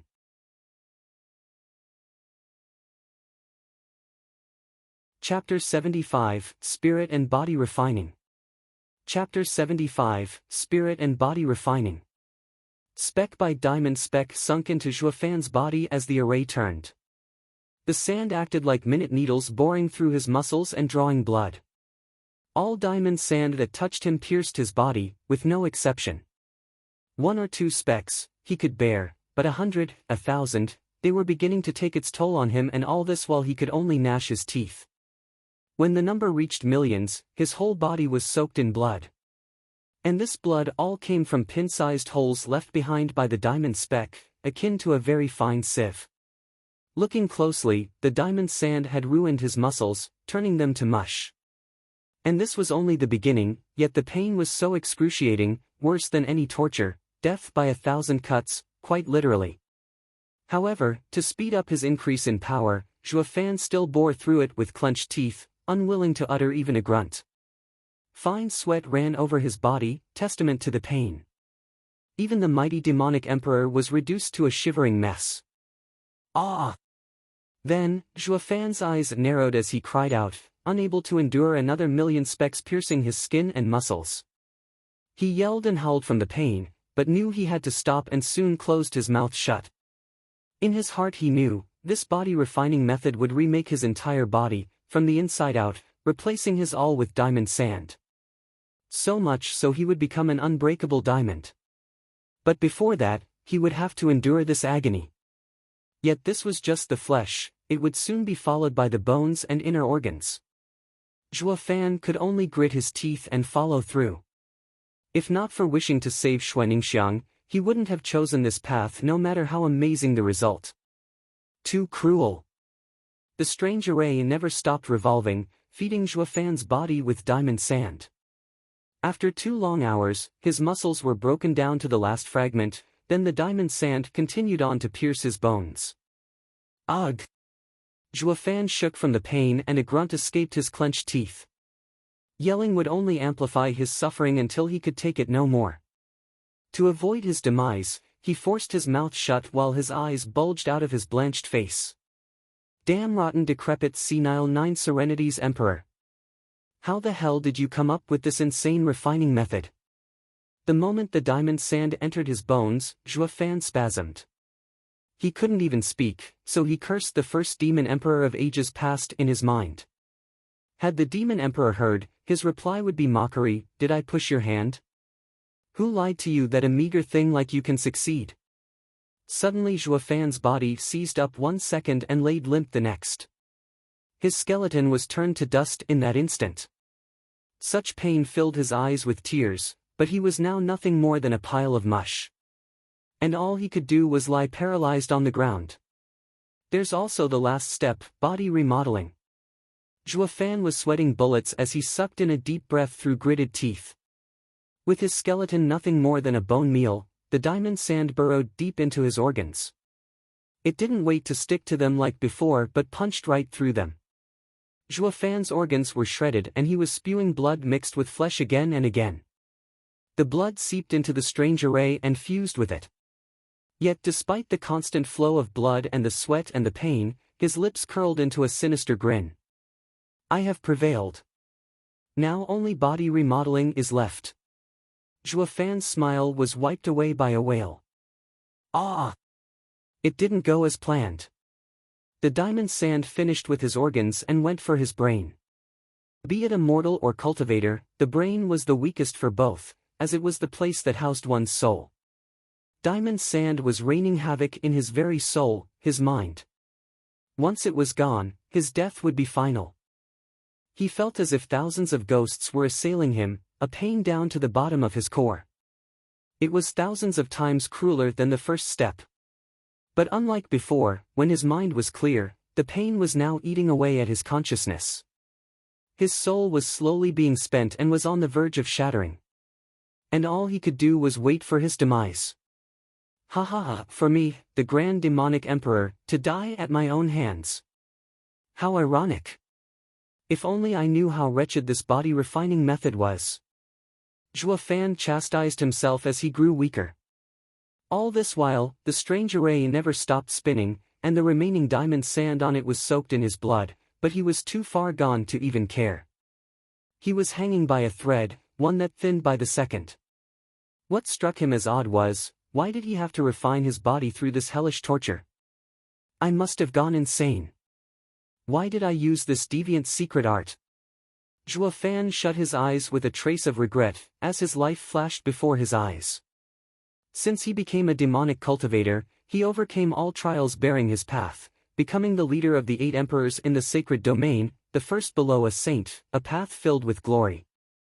Then he gained the 9 Serenities secret records, bringing him further joy, and though his disciples sold him out, he was reborn in the Luo clan, as a steward.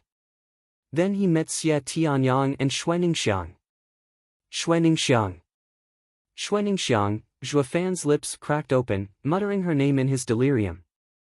Then he flashed his eyes open and yelled, Ninger. He recalled why he chose this path. It was to save her. At that moment, the strange array spun faster and faster, encompassing everything in it in arcane power. Zhuofan's forehead released a blue flame that turned into tendrils and enveloped his body, to ultimately fuse into the strange array. Zhuofan had no clue that this secret body-refining method didn't just refine the body, but one's spirit too. Its purpose was to unearth all potential of a cultivator. If only the body was refined through this method, failure was guaranteed and death was a certainty. When Zhuofan was nearing death, he woke up to the reason behind his choice, and his will to live thrummed with power. It resonated with his soul and allowed the blue flame in his body to fuse with the array.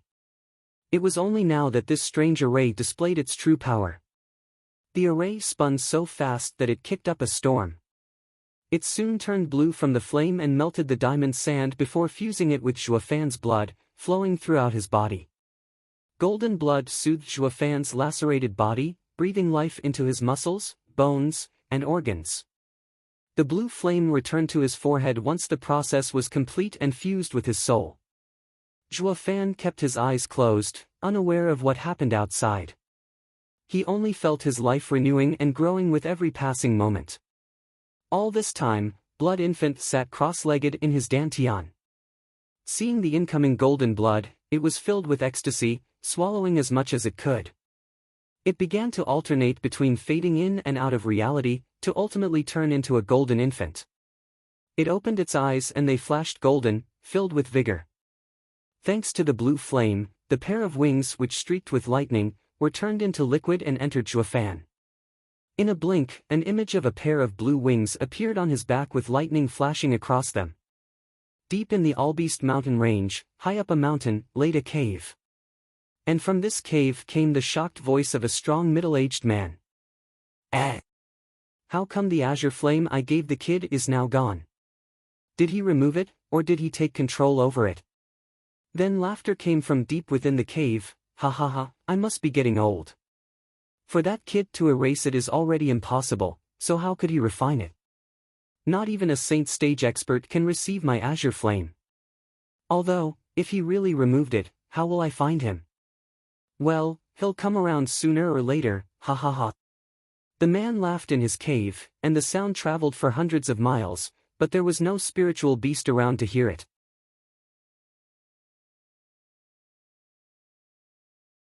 Chapter 76, Diamond Body. Chapter 76, Diamond Body. Blue Expanse City, Shui Clan's entrance. When Shui Dingtian landed, he noticed that the place was eerily quiet. There weren't even guards around. It made his heart nervous and he rushed inside. He soon arrived outside the main hall. As he looked inside, he saw a familiar figure in the seat of honor, Hell Valley's seventh elder, Yugiki. The seventh elder was leisurely nursing a cup of tea. I wasn't aware the seventh elder graced us with his presence. Please forgive me for not welcoming you. The seventh elder's presence here intimidated Shui Dingtian, but he forced himself to show proper respect as if all was normal in the world. Yugiki sipped his tea, then smashed it on the table. Plop! And Shui Dingtian's heart sank with it. Giving him a cursory glance, Yugiki broke out in an insidious grin. Shui Dingtian, you've been under Hell Valley's care for a century now. We've always been kind to you. Without a doubt. Thanks to Hell Valley and Seventh Elder assisting us, Shui Clan reached today's glory. Shui Dingtian forced his anxiety down, hiding it behind a smile. Yugiki nodded and stood up. He strolled before Shui Dingtian and patted his shoulder with a warm smile. It's great that you think so, then. As he spoke, Yugiki's face twisted and clawed at Shui Dingtian's shoulder as he thundered, "Why did you collude with outsiders and steal Hell Valley's diamond sand?" Shui Dingtian was shaking in fear and fell on his knees to kowtow. Seventh Elder. This is a misunderstanding. The Shui clan has been nothing but loyal to Hell Valley. We would never do such a thing. Ha ha ha, there was a time I thought the same, that you wouldn't be taking advantage of our kindness then move behind our backs. But that time has long passed. Grunting, Yugiki slapped the table to splinters and barked, "Where is your grandchild, Xuaningxiang?" Shui Dingtian stammered for a response, but words left him. "Humph, I will tell you. She and two runts stole my diamond sand and they now lie dead in Allbeast Mountain Range." Yugiki's brow shook as he recalled the dreadful howl he heard at that time. If he had stayed a moment longer, he'd be a goner. Despite not finishing the trio off, he assumed the monster would have finished the job with how wounded they were. He thought ruefully about this event. Xuaningxiang was of use to him, but now she was gone. He came back empty-handed too, no diamond sand and neither a cauldron. Sighing, Yugiki placed his rage on the Shui clan. "Men, bring them in." Yugiki clapped and 3 bone-tempering experts pulled 3 people in chains. Shui Dingtian was filled with sorrow and tears fell as he looked at them. They were Shui Wanlong and his sons, Shui Gang and Shui Lin. Heavy hooks dug deep into their shoulders, locking their clavicles in place and sealing their cultivation. From the bruises and wounds all over their bodies, it was clear how close they were to breathing their last. Seventh Elder. Shui Dingtian bellowed and stared down the smirking Yugiki with bloodshot eyes. Shui clan sacrificed its all this past century for Hell Valley in defending Blue Expanse City. Is this how Hell Valley repays its vassal clan's hard work? Your second-rate clan is nothing but garbage. Hell Valley can have as many as it wants. To me, you're no vassals, but somewhat useful watchdogs. We throw you a bone, a reward, and you should be skipping around in joy. When a dog starts raising questions to his master about getting credit for its hard work, it must be put down. Yugiki cackled. Unable to bear Yugiki's mockery any further, Shui Dingtian clenched his fist and unleashed his fury. Exerting his pressure as a profound heaven expert, he pushed back the 3 bone-tempering experts around him while Yugiki just watched on with naked killing intent. It seems that the watchdog wants to take a bite out of its master, Then it's time to replace it. Yugiki. In his entire life, this was the first time Shui Dingtian uttered the 7th Elder's taboo name out of sheer rage. Let me ask you. Isn't Ninger's marriage just a cover to use her as a cauldron and practice martial arts? Yugiki looked at him in surprise before laughing. Ha ha ha, I used to look down on you every time, but look at how smart you are. We've been at it for so long, yet you're the only vassal clan that figured it out. So that's why you defected. It's all for a silly girl. Bastard! Xue Dingtian's fury exploded and rushed with his entire yuan qi laid bare. I'll kill you. Yu Giki sneered, sidestepping Xue Dingtian's palm and delivering an attack of his own. Bam! The hit on his chest upset his blood flow and Xue Dingtian spat blood as he tumbled backward. Yu Giki made use of Xue Dingtian's prone condition and delivered 2 more palm attacks. Xue Dingtian felt his chest burning and he spurted blood like a fountain. Ha ha ha, Xue Dingtian, you think you have what it takes to kill me? You're nothing but a greenhorn profound heaven stage cultivator that just broke through, while I am in the 3rd layer. You are at the bottom and I am at the peak. You will never overcome this chasm. Yu Giki then dealt another palm attack with bloodthirsty eyes. Old coot, die. But go in peace knowing that your son and grandsons will follow you. Powerless to do anything, Xue Dingtian closed his eyes awaiting the final strike. Such an ending, he never wished for his Xue clan. But at the very least, his dear granddaughter escaped this calamity. Xue Dingtian was relieved that Yu Giki assumed her to be dead and wouldn't search for her. Stop! A high-pitched cry was heard and Yu Giki stopped his attack midway. Looking ahead, he saw Xue Ningxiang at the gate, holding a dagger to her neck. You're alive. Yu Giki was in shock. His sole reason for coming to this clan was to have her as a cauldron. Xue Ningxiang took in the sight of her suffering family, her grandfather beaten to a pulp, and her eyes teared. She only had hatred towards Yu Giki for his cruelty. Dagger inching at her throat, Xue Ningxiang threatened, if you still want me as a cauldron, release them. Or I will take my life right here and now. Yu Giki mocked, he, Ninger, get off your high horse. We do need you to practice martial arts, but you aren't irreplaceable. You have nothing to bargain with. Xue Ningxiang was startled and worry gnawed her heart, but she recalled Zhuo Fan's analysis and showed her white neck as she mocked, 7th Elder, you can't lie to me. I know Hell Valley lacks cauldrons, I know of my value. Since you do not care, then I will die along with my family. Xue Ningxiang then traced her dagger along her neck and blood trickled. Ninger, no! Stop! Xue Dingtian and Yu Giki cried at once. Xue Ningxiang looked down on Yu Giki, 7th Elder, it seems to me that you're not yet ready to let me go. Yu Giki's ruthless eyes flashed, is that runt still alive? Xue Ningxiang avoided his gaze. She knew who he was talking about, he died in Allbeast Mountain Range and you can go look for his body if you want to. But I'm afraid spiritual beasts would have devoured it by now. Humph, don't try to lie to me. Yu Giki sneered, I have many enemies, but that runt was the first to bring me to such a state, coming back empty-handed and heavily wounded. Chuckling, Yu Giki continued, girlie, don't take this the wrong way, but you do not have what it takes to see through me. That runt must have told you.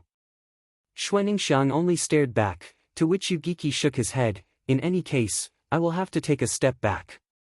Since you put me on the spot, I will not take your family's lives. Really? Xue Ningxiang was about to go help her grandfather in joy, but Yu Giki shook his hand and a hook bit into Xue Dingtian. Ah! A wail of agony resounded and Xue Dingtian blacked out. His chest was soaked in blood and his clavicle was pierced, just like his son's. Yu Giki, you! I said I won't kill them, but your grandfather is a profound heaven expert. I have to make sure he falls in line. I will, of course, let them go once we're at Hell Valley. You better honor your word. Xue Ningxiang stared at him. Nodding, Yu Giki snickered, how could I lie when you're so valuable? Men, take Miss Ninger to rest, we will return to Hell Valley on the morrow. An elegant youth arrived next to Xue Ningxiang along with 2 servants.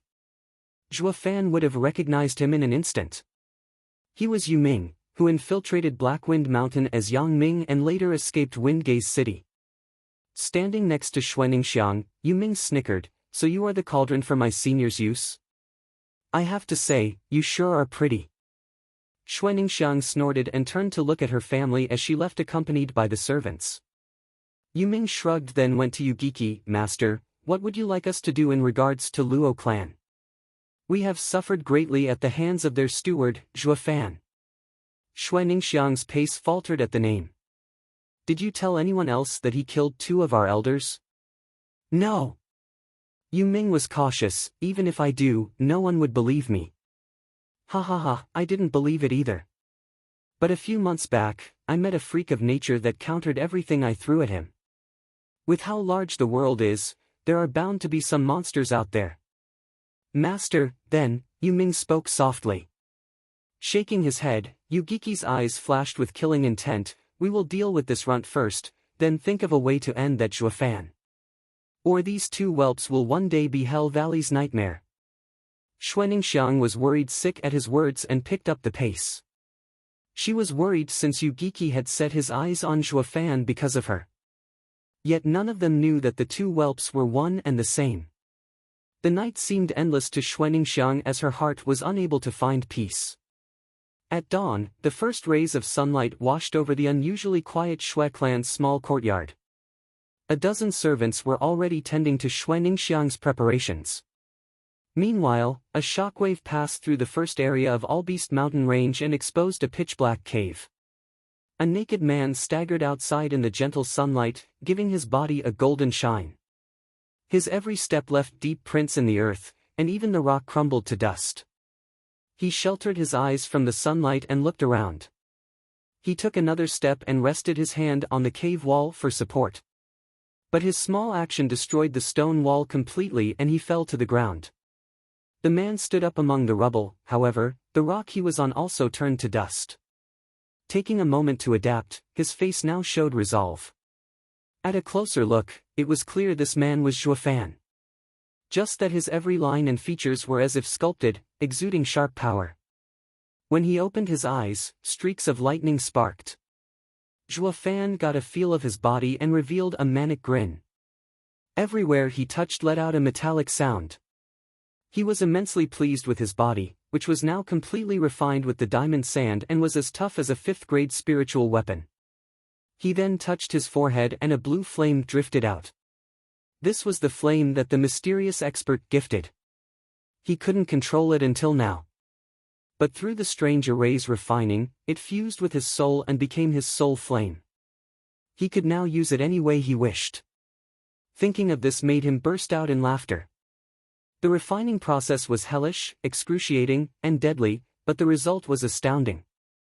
He was now reborn with an unbreakable diamond body. Even a profound heaven expert wouldn't be able to make a dent in his body.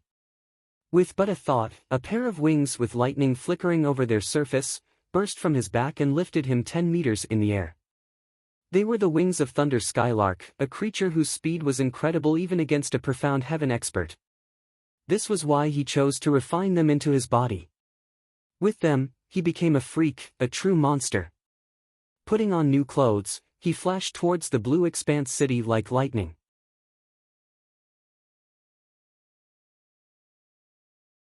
Chapter 77, Round 2, Start. Chapter 77, Round 2, Start. Young Mrs. Marrying. Outside Shui clan's gate, an obese granny yelled as Ningxiang was led outside by 2 servant girls. The entire Blue Expanse city gathered around to witness the event. Yugiki and Ming sported a faint smile. Everyone was happy towards Hell Valley's show of gratitude. Some people were even tearing, imagining it was their family's daughter getting married. Ningxiang walked before the shocked masses. If before they were amazed by Hell Valley's power, now they were in awe by her beauty. Ningxiang was dressed in a common wedding gown but lacked the heavy makeup other brides had. Yet solely from this, her appearance evoked a feeling of genuine beauty, not a fake one from excess preparations. Pure as an orchid, making people afraid of marring. Only this beauty deserved to be married into the 7 houses. The crowd gathered to see her smile, to wish her blessings. But their best wishes and kind thoughts only worked to burden Ningxiang's already heavy heart. Everyone here envied her second-rate clan for their marriage with one of the 7 houses, unaware of the hell that awaited her. Slanting her head towards Yugiki, Ningxiang asked in a cold tone, will 7th Elder accompany me? Ha ha ha, but of course. It is my duty to protect Miss Ninger and Hell Valley's disciples' wedding, to safely deliver you to Hell Valley. The crowd was once again in awe of their kindness. However, Xuaningxiang only showed a smile of disdain. What safeguard? It's clearly for monitoring us. At least once Yugiki leaves Blue Expanse City, Big Brother Zhua can escape. Before she could breathe easy, Yugiki saw through her and said with a cold smile, "Oh right, Miss Ninger, I sealed off all Beast Mountain Range, even your secret tunnel. Those rats won't be able to escape from my palm." You! Xuaningxiang flared as her face blanched. It was her clan's secret and Yugiki must have pulled it out from her father and brothers. Zhua Fan's means of escape was now cut off. 7th Elder, I want. No need to say it. Yugiki cut her off with a cold smile. Your life was exchanged for your family, nothing more nothing less. Miss Ninger, after you. He then shook his sleeve. A lavish palanquin was before her with 50 bone-tempering experts around it. Xuaningxiang frowned as she lifted her leg only to put it back down. She wanted to save Zhua Fan but Yugiki had her family's lives in his hand. She had nothing to bargain with. Suddenly, Xuaningxiang's thunder ring flashed and her heart seized in panic. Don't come! Xuaningxiang shouted at the sky, startling the onlookers. No one except Yugiki understood the reason behind her reaction. With a sinister flash in his eyes, he patiently waited for his prey. Ninger, I have come to save you. In response to Xuaningxiang's shout came another. It was Xie Tianyang piercing forward with star sword at Yugiki. Sword intent made the crowd gasp as they scattered. Yugiki just mocked, "Humph, so you want to die? A mere bone-tempering cultivator would find their death close at hand against me." Yugiki, unafraid of the 4th-grade spiritual weapon, struck back with a palm. Against the wind pressure of the palm, Xie Tianyang's sword tip trembled and the sword intent scattered. He was shocked but didn't use the sword to defend and added more power to it. A golden sword light flew from the sword tip and pierced the mighty palm, then it continued towards Yugiki. Space-rupturing form. Yugiki's heart tightened and he vanished from his spot. The sword light struck the palanquin and turned it into splinters. Sword Marquise Abode's profound ranked martial art, flowing spaces 9 forms. Yugiki appeared behind Xie Tianyang and spoke with derision, "You're from Sword Marquise Abode. How can a boy wield its legacy? Are you? Humph, none of your business." Xie Tianyang snorted and stabbed backward. This time, the sword no longer had the imposing might. But everywhere it struck, it made space stagnate and Yugiki was slowed. Empty net. Xie Tianyang bellowed. "Humph, you don't know when to quit." Even with a profound ranked martial art, the gulch between bone-tempering stage and profound heaven stage cannot be overcome. Snorting, Yugiki vanished, only to appear in front of Xie Tianyang. Xie Tianyang was startled but could do nothing as Yugiki's palm slapped him into the air. When he landed, 6 bone-tempering experts surrounded him to make sure he didn't get up. "Humph, disgraceful runt. If not for Sword Marquise Abode, you would have died by now." Yugiki mocked him. Xie Tianyang spat on his face and responded as if to spite him, "I dare you to kill me. But can you take responsibility for the war that follows?" Ha ha ha. Wiping his face, Yugiki's tone turned colder with killing intent. "Damn kid, you think I'm scared? You made a mess in my city, so the Sword Marquise Abode won't say anything even if I kill you." Yugiki slapped at Xie Tianyang's chest. Xuaningxiang cried, "No." But Yugiki was dead set on killing him. "Stop!" An aged voice echoed and a golden sword wave hacked down. Yugiki wasn't about to receive it. This attack was unlike Xie Tianyang's, it was backed by the power of a profound heaven expert. He stopped his attack and jumped 6 meters back. Boom! When the dust cleared, a meter-wide hole was in Yugiki's previous position, its depth unknown. A white-haired old man drifted next to Xie Tianyang and fanned the bone-tempering experts away. 8th Elder. The old man looked frail, his eyes cloudy, a stark contrast to the true expert he was. Even his right hand was missing 3 fingers, yet this hand was bony and showed its blue veins clearly. Proof he was a seasoned swordsman. Xia Tianyang cried in joy while Yugiki sneered, Jian Suifeng, 50 years no see. How have you been? Fine, until you came to ruin my mood. The elder spat through gritted teeth. His cloudy eyes seethed with bone-deep hatred. 8th elder, thank God you're here. Help me save Ning'er. Xuaningxiang pulled Jian Suifeng's sleeve. But Jian Suifeng shook his head, Tianyang, this is Hell Valley's affair. We cannot get involved. Youngster, there'll be hell to pay if you poke your nose in others' business. Yugiki snickered, then turned to Jian Suifeng, case in point, you lost your 3 fingers due to the same reason. Jian Suifeng's eyes trembled from rage as he stared Yugiki down. You think I would have fallen for your scheme if not for being young at that time? Ha ha ha, it would have been better if you had stayed quiet. Yu Ming laughed, I heard from my master about Senior's matter, of the so-called undistinguished elder with rotten youth.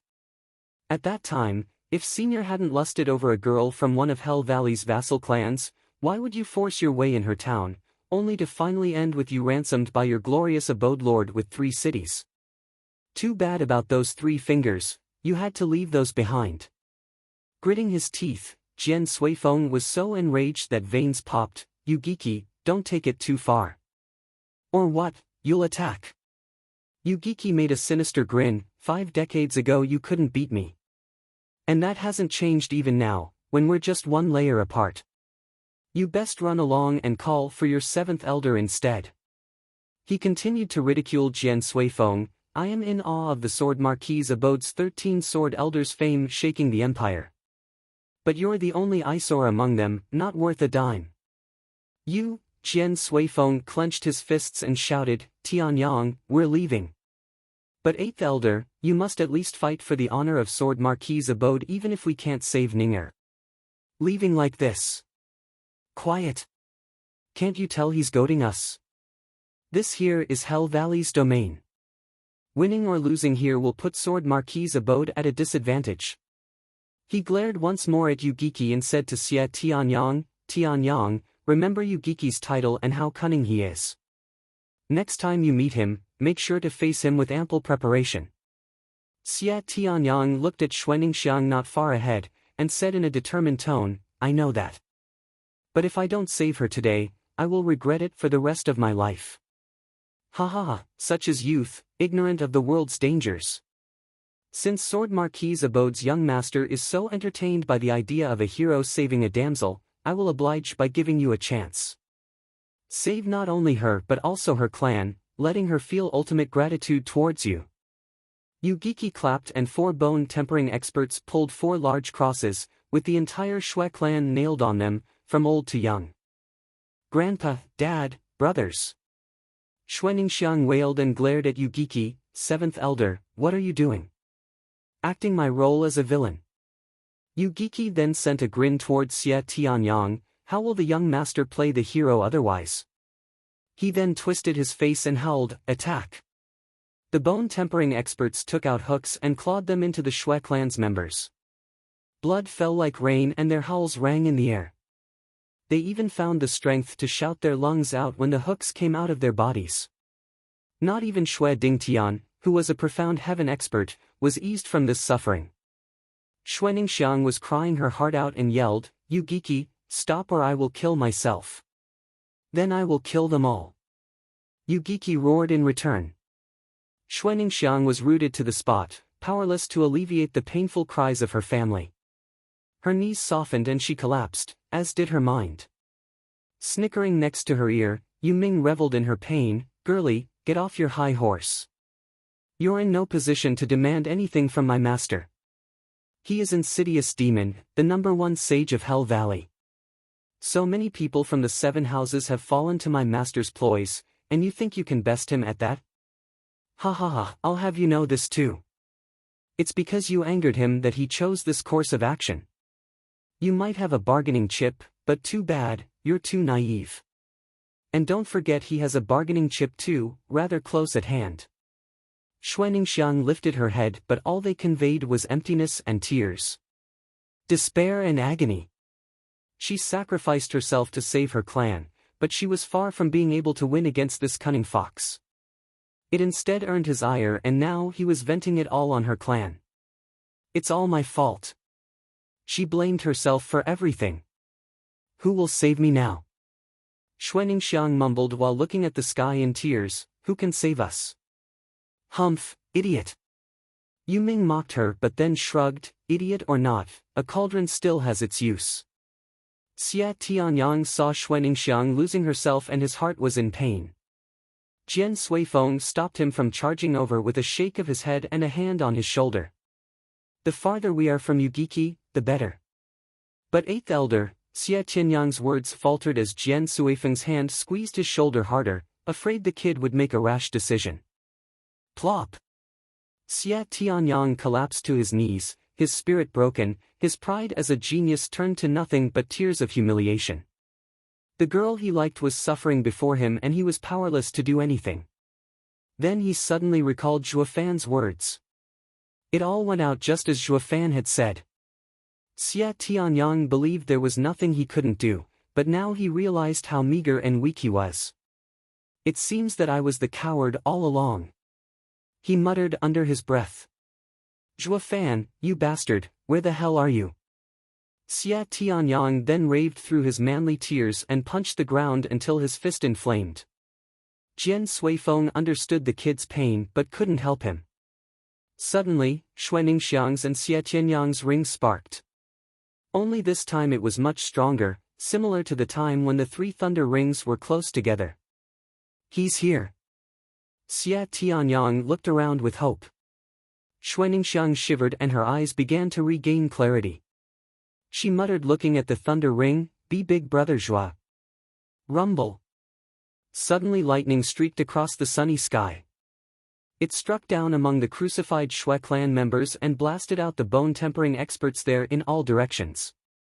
The dust rose as lightning still flickered within and everyone was now trying to perceive through it. When the dust settled, it revealed Zhuofan sporting his manic grin. Yugiki, I lost the previous round. But the second round starts now.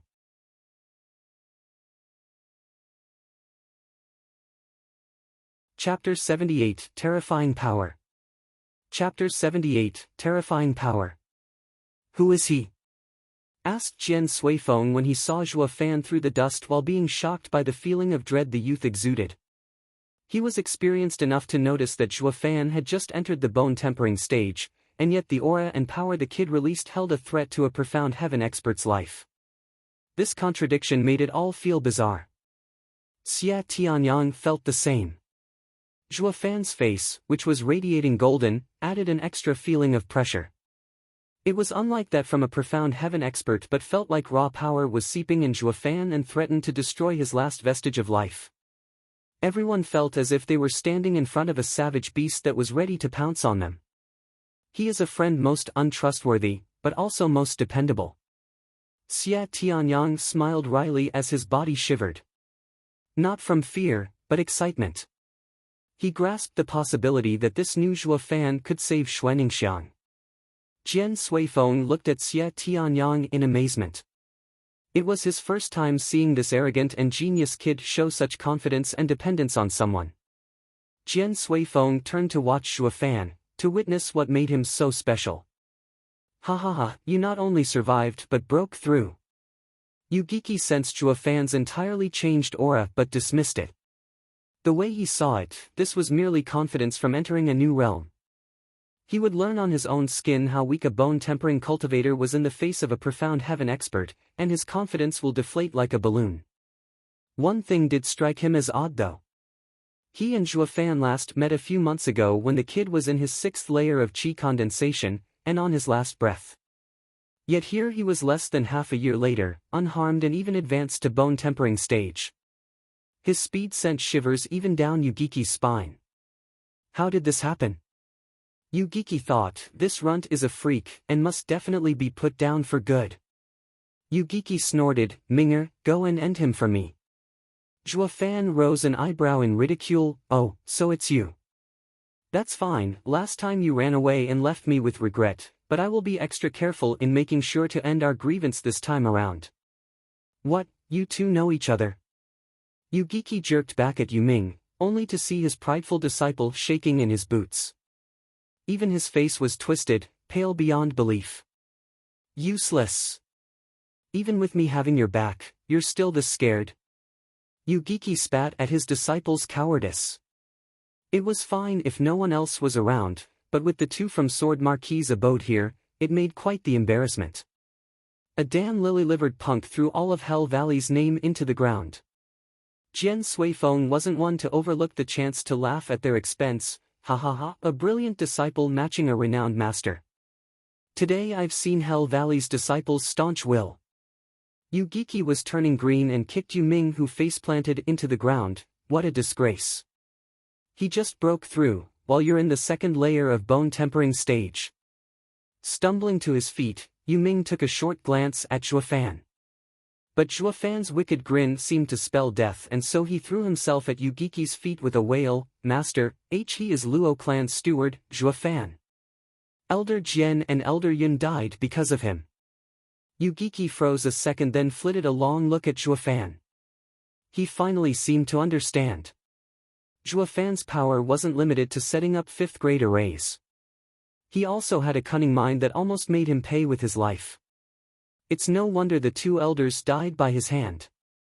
In Hell Valley, elders were seen as figures of respect and worshipped by disciples, unrivaled in the world. But Yuming witnessed the death of two, and now fear gnawed his heart like a demon. He will never muster the courage to face Zhuofan in this life regardless of his advantage over him. With Yuming in the second layer of bone-tempering stage, he should have no trouble dealing with the newly advanced Zhuofan. But was this notion still valid? Just look at him shivering. Yugiki sighed and patted Yuming's shoulder. To remove his disciple's heart demon, his disciple had to kill Zhuofan himself. He stated coldly, anyone willing to capture him will receive my reward. Elder, I will do it. A large man cupped his hands. He was in the sixth layer of the bone-tempering stage. Dealing with an early bone-tempering cultivator was easy pickings. The other guards were sad that they missed such a chance. Zhuofan was an easy contribution that just flew away. Yugiki nodded and turned Yuming's head towards Zhuofan. Minger, watch. This runt is only good with arrays. Now that he has no chance of setting one, he's done for. The guard will soon bring him over and you can kill him yourself to remove your heart demon. Yuming nodded and looked ahead. Jian Suifeng frowned. Yugiki sure lives up to his title. He instantly figured out his disciple's state and a way to help him overcome it. Tianyang, your friend is in danger. Xia Tianyang looked at the always composed Zhuofan and smiled. That punk never batted an eyelid. He will be fine. Such a reply rose Jian Suifeng's curiosity. The difference between the two is of 5 layers, so the outcome should be clear as day. The large man thundered towards Zhuofan with a cackle. He, you are a heaven-sent gift for me. I can't wait to receive my reward from the 7th elder once I hand you over. People die from greed, while birds die from hunger. It all depends on you if you can defeat me. Zhuofan snickered. Ha ha ha, you sure have a big mouth for one who is about to die. One fist is enough to make you behave. The large man's punch was as fast as the wind and as strong as a mountain. Yet Zhuofan didn't look like he had time to react. The boom shook in everyone's ears. Xia Tianyang's smile was gone, now replaced with shock that Zhuofan wasn't even able to dodge. He was able to contend equally with me when he was a qi condensation cultivator, so why didn't he move? Xue Ningxiang's face fell. Big brother Zhua. Seeing that Zhuofan took the punch head-on, Hell Valley's guards started sneering. He, I knew he was done for, but never thought it'd be over so quickly. Did he really kill 2 of our elders? If he did, then I am first under heaven, ha ha ha. Curses, that moron got all the reward. Now I want to know what Valley Lord's gift will be. As the people started chattering, Zhuofan's threatening atmosphere soon disappeared from their hearts. Only Yugiki frowned, looking left and right. Ah! A wail pierced the noise of the crowd, and the large man was seen clutching his hand as he stumbled back. His hand was now a twisted and broken mess. Turning to Zhuo Fan, nothing seemed to have changed about him, still the same grin and the same demeanor. "This is impossible!" Jian Suifeng cried. A first-layer bone-tempering cultivator broke a sixth-layer's hand with his face. Xie Tianyang's eyes bulged out. He knew Zhuo Fan always moved with a plan in mind, but even he found this new strength of this youth borderline perverse. With him like this, he'll have no trouble even against profound heaven experts. The crowd now lost their mocking gazes and were instead rooted in place by fear and shock. Zhuo Fan never paid them any heed as he strolled before the large man. The large man was groaning while holding his bleeding hand. Before he could react, his chest was then punched through by Zhuo Fan's fist. It all seemed so easy, as if he punched through paper. Zhuo Fan then flicked his hand and the large man splashed on the ground after a wide trail in the sky. The people watched in abject horror the bulging eyes of the man, his vacant expression.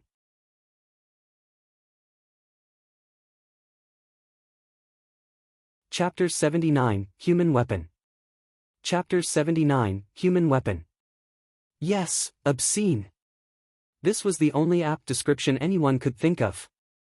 Zhuo Fan's power far exceeded the common understanding and only this word could encompass the height he reached.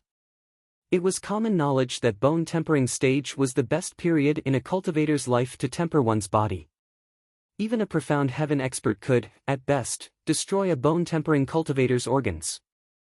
A far cry from what Zhuo Fan did, running one through. On top of that, Zhuo Fan just broke through, making this even unprecedented throughout history. Monster. It first began as a whisper, but this word grated everyone's ears and they all agreed to this adequate assessment. Fear was painted vividly on their faces. Hell Valley's bone-tempering guards were no longer envious of the lucky man, instead, they felt sympathy for him. What rotten luck! Not only didn't he earn merit but threw his life away instead. Whoosh! Zhuo Fan was suddenly caught off guard by a white and black pair of chains as they coiled around him. Yugiki smirked, holding the other end of the chains. Damn, even with the kid's insane talent, he'll be mincemeat soon as he is locked by the fourth-grade demonic treasure. Jian Suifeng sighed. He was in awe of Zhuo Fan's ability, of his bright future, but a pity he'll die at insidious demon's hand. Xie Tianyang's heart tensed. He didn't foresee a profound heaven expert like Yugiki resorting to sneak attacks on a newly promoted bone-tempering cultivator. Although the person in question was a freak of nature, it was still despicable. Xuaningxiang was happy at first but then turned worried. Zhuo Fan eyed the familiar demonic treasure and said, using such underhanded moves from the get-go, that too against a junior. Seventh Elder, seems like you do not care about Hell Valley's name. Yugiki laughed dryly, you're smart to notice my intention from a look. There is hardly anyone compared to your caliber in the Tianyu Empire. You are one outstanding devil that not even I dare to neglect. Ha ha ha, I truly admire the Seventh Elder's cautious nature. In any case, this junior came without any plan or scheme prepared, only to end you myself. Yet you're so prudent regardless. Yugiki's mood darkened. Reading between the lines, he knew Zhuo Fan mocked him for his yellow-bellied attitude. Even he had his limits, especially when humiliated in front of such a crowd by a bone-tempering junior. Runt, say that again and I'll make sure there won't even be a corpse left of you. Am I wrong? Zhuo Fan cocked his head and laughed, with your character, the faster you kill your opponent the better. Yet the first thing you did when I arrived was to send your disciple to test the waters, only to have him reduced to a shivering mess from fear to the point he ignored your orders. And left with no choice, you sent that buffoon to his death in the name of curing your disciple's heart demon. There's no need to even mention winning, but just in case he failed, it wasn't that much of a loss since it offered you the perfect timing to blindside me when I finished him off. And this is the result. Zhuo Fan enlightened everyone and even Jian Suifeng was startled so much that his fear for Yugiki grew. He wasn't Yugiki's match and if he were in Zhuo Fan's stead, Yugiki would have succeeded in his devious plan. Yugiki is ruthless and cunning to the extreme. Yet that Zhuo Fan isn't any better, discovering his ploy in an instant. The insidious demon showing such an extreme caution against a bone-tempering cultivator not only shocked him but everyone present. On the other hand, Zhuo Fan wasn't in the least beneath Yugiki in cunningness. Thinking about this let Jian Suifeng hold Zhuo Fan in higher regard. Hi, aren't you caught in my web despite seeing through it? Yugiki snickered with killing intent, I just need to twitch my arm and you'll turn putty. Zhuo Fan rose an eyebrow and laughed, say, how did a sinister old coot like you turn so stupid? You think it's that easy to trap me since I saw through you? Zhuo Fan's eyes gleamed and lightning cracked. Bam! Yugiki couldn't even react before the chains were thrown away. Zhuo Fan now sported a pair of 10-meter-long wings streaked by flashing lightning. Thunder Skylark's wings. Xie Tianyang cried. Zhuo Fan had appropriated the Thunder Skylark's body for himself. But Xie Tianyang didn't expect him to refine its wings into a demonic treasure. Since the Thunder Skylark was a 6th-level spiritual beast, adding the diamond sand into the equation, the refined demonic treasure would also be 6th grade. Xie Tianyang was in glee. 6th grade flying demonic treasure. Yugiki's tone was grave, with it, you can match a profound heaven expert's speed, however. As he spoke, he flicked the yin-yang chains. The chains moved individually from opposite directions to seal Zhuo Fan's escape. A profound heaven expert's advantage over bone-tempering cultivator isn't just limited to speed. I know that all too well. Zhuo Fan didn't care about the chains, a profound heaven expert relies on his quick moves in melee, not something a flying demonic treasure can overcome. But then, the chains were about to strike Zhuo Fan, one aiming his head and the other his chest. Whoosh! The pair of wings moved like independent arms and swatted the chains away. Yugiki and Jian Suifeng jerked in shock, this can't be possible. There was an ancient story that spoke of flying demonic treasures that could change shape at the wielder's will and launch attacks. But a demonic treasure was inanimate, so how could it do that? The people there watched Zhuo Fan as if they were looking at a monster. He sported a faint smile as he spoke at leisure, but when did I say it's a demonic treasure? While demonic treasures were refined as tools, Zhuo Fan refined the wings into his body. In other words, they were part of his body. He could let them out at will and make them move as he wished. He was no longer your average human being, but a human weapon. If the wings were a 6th-grade demonic treasure, then his body had become a 5th-grade demonic treasure refined through the method of diamond sand tempering. This wasn't something Yugiki and the rest could fathom when not even the denizens of Sacred Domain couldn't. The only ones who could comprehend this were those ancient talents who held the 9 Serenities secret records and were aware of the deviant secret method to refine materials into their human body. Damn freak! Even the calm Yugiki had to curse through gritted teeth. His eyes were bloodshot and his hands were poised to strike. The 2 chains flitted everywhere and soon became 2, then 4, then 8. Numerous chains approached from every angle like a rain of death, all aiming for Zhuo Fan. He wanted to beat Zhuo Fan to a pulp. But Zhuo Fan smiled fearlessly as he stood his ground. His eyes flashed and the wings moved like lightning. Only the sounds of cracking lightning and grating metal were heard, while not even a trace of the chains nor the wings was seen. But the flickering lightning was proof enough for everyone to know of the bitter fight the two were in. This was a profound heaven expert's speed. This gave a shock to the audience and let them know how weak they were against a profound heaven expert. But Zhuo Fan was the one who agitated them the most. A bone-tempering cultivator had such power. Xie Tianyang watched numbly with incredulous eyes at how deep the gap between them was. Even more so when Zhuo Fan of yesterday was a far cry from today. 8th Elder, what can you see? Xie Tianyang saw Jian Suifeng standing there in a daze without blinking. He never saw his elder so astonished in his life. Yugiki is pushing hard with his attacks but Zhuo Fan is blocking them all. It is unclear as to the outcome, but Yugiki seems to have the upper hand. Jian Suifeng stated so, but his eyes never left the fight, afraid of missing anything. Xie Tianyang was despondent. His and Zhuo Fan's gap was now even bigger. Zhuo Fan of before won with a raise while now he relied only on himself. In merely a single day, their positions switched so much that Xie Tianyang was left far behind in the dust.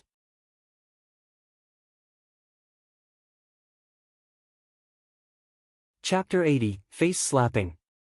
Chapter 80, Face Slapping. Whoosh! The metallic and lightning sounds came to an abrupt stop. Zhuo Fan's expression was one of focus as he halted his wings while Yugiki was nowhere in sight. A sound broke the silence and Zhuo Fan's heart seized, he instinctively bent his wings. Ding! His wings blocked the sneak attack of the chains from behind, but a cold needle was speeding at his back. It was Yugiki with his third-grade demonic treasure, Twisted Needle. He runt, what are you going to do now? Yugiki snickered. Zhuo Fan's wings were occupied with the yin-yang chains. The third-grade demonic treasure's attack came at an impeccable timing, right when Zhuo Fan's movement was sealed. Not even Yugiki could get out of this one if he was in Zhuo Fan's place. But Zhuo Fan only muttered, mystifying phantom step. Whoosh! He vanished from his place and the chains along with the twisted needle lost their target, throwing Yugiki off balance. Then Zhuo Fan came from behind using his wings as axes aiming for Yugiki's neck. Ding! With a crisp sound, the wings and yin-yang chains clashed again. But this time, their roles were reversed. The situation flipped in a blink, with Zhuo Fan now pressing his advantage. Even Jian Suifeng was affected by this sudden turn. Hell Valley's #1 sage, Yugiki, was driven to a corner by a youth. Seventh Elder, how does it feel to be on the receiving end of a sneak attack? Zhuo Fan's wings pushed against the yin-yang chains until Yugiki leaned backward. If I also had a third-grade demonic treasure, you'd be dead by now. Yet despite your efforts and the golden opportunity, I'm still alive and kicking, so to speak. Yugiki's face flushed and was gasping heavily to ease the rage within him. Zhuo Fan's words were an affront to his title. Yugiki wasn't powerful because of his cultivation, but because of his title as Insidious Demon, the #1 sage of Hell Valley. Yet Zhuo Fan was mocking his pride. The same as saying, if I were you, I would have long killed my opponent with a sneak attack and wouldn't need to waste time chatting them up. This was the worst humiliation Yugiki ever suffered. One may mock his character, his devious nature, yet he would take them all as badges of honor. But never ever would he allow one to insult his intelligence. That was where he drew the line. Anyone who mocked him for a fool, he would make sure to give them a fate worse than death. Yet Zhuo Fan had him beaten at every corner and kept mocking him, with him powerless to prevent it. This brought a never-felt feeling of resentment. Don't get too cocky, damn runt. Yugiki's anger reached a breaking point. His yuan qi exploded, flinging Zhuo Fan's wings aside. Then, he swirled his chains at Zhuo Fan, leaving behind afterimages. Yugiki was at peak speed and with the added effect of the yin-yang chains, he reached a new height. Zhuo Fan remained calm as he laughed. His figure darted around with the help of mystifying phantom step and his wings, moving even faster than Yugiki. The people were once again bearing witness to afterimages and metallic sounds clashing with streaks of lightning, but never a clear image of any of the two's bitter fight. They flashed across the entire plaza, one moment to the east, the next to the west. Flashing in every direction possible and even around the bone-tempering guards. But since the people could only hear them and not see, they stood there in fear. One slip, one errant move from their part and only pieces would remain of them. Eighth Elder, how does it look? When Yugiki and Zhuo Fan were at a standstill with demonic treasures, Xie Tianyang could grasp some of the situation. But as the matter devolved to such a state, he was unable to see them and had to defer to Jian Suifeng's assessment. Jian Suifeng however gestured for Xie Tianyang's silence as he focused his all on the fight. After one huge boom, two figures reappeared. Zhuo Fan crossed his hands casually, standing in the same spot, while Yugiki was gasping for breath. Zhuo Fan's nonchalant attitude left not only him but also Jian Suifeng in shock. Who won? Xie Tianyang knew but still couldn't help ask. Jian Suifeng was solemn, soon you will know. Thunderous booms echoed and a score of bone-tempering guards were struck down by lightning. It burst their heads and liquefied their organs. The other guards fled for 50 meters in anxiety while Yugiki and Zhuofan stood across each other, having known of this long ago. What's happening? Xia Tianyang darted his eyes to the corpses in fear.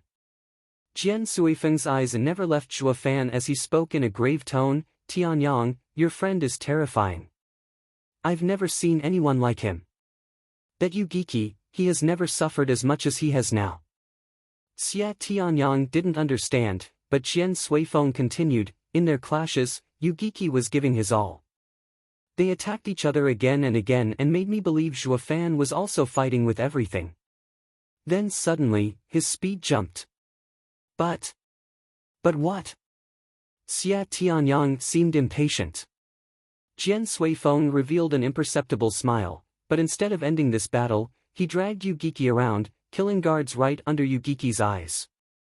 Xia Tianyang was startled. Why do this? Why didn't he finish the old man off if he had the chance? Ha ha ha, this is where the kid is truly terrifying. Jian Suifeng's eyes shook and he turned serious. He did it to mock that old fool. An elder was led by the nose by a snot-nosed brat, killing a score of his men yet powerless to stop it.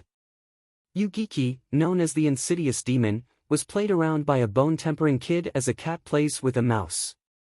Will there be any pride left in him after this? Zhuofan and Yugiki are the same. Offending such a person would invite a world of suffering. Because their revenge isn't limited to killing you, but robbing you of all you hold dear, including pride. Death only comes after there is nothing left to plunder.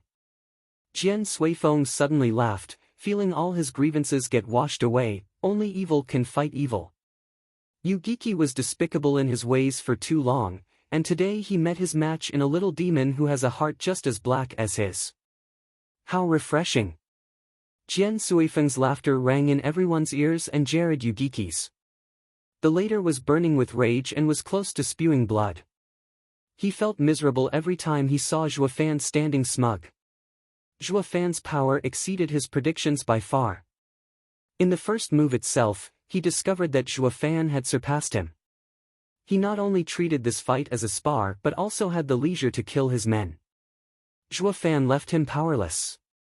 Especially when it came to schemes, where Zhuofan was at his level, if not higher. Yugiki felt his head hurt, feeling weak and feeble for the first time. No, this can't end like this. If this gets dragged on for long, he will kill me. I need to end it in one blow. Yugiki had a plan in mind but didn't know if it would work, especially in Zhuofan's case. But he was left with no choice. His eyes flashed and flung the chains at Zhuofan. This thing won't work on me. Zhuofan smirked, readying his wings. But the yin-yang chains veered off from him at the last minute, aiming for Xuaningxiang. Xuaningxiang was rooted in fear, but Zhuofan appeared before her in a flash of lightning and flung the chains with his wings. Ha ha ha, I see it now. Yugiki laughed hysterically. Zhuofan, oh Zhuofan, I found your weakness. In the Allbeast mountain range, you ingrained a deep fear in these old bones with your constant attacks, so I thought you came this time seeking revenge. But now I see it was all for her. And you think this changes anything? You will die just as well. Zhuofan stated. Humph, if you bore the same ruthlessness you showed before, I would have some misgivings. But you care for this girl and placed victory in my grasp, ha ha ha.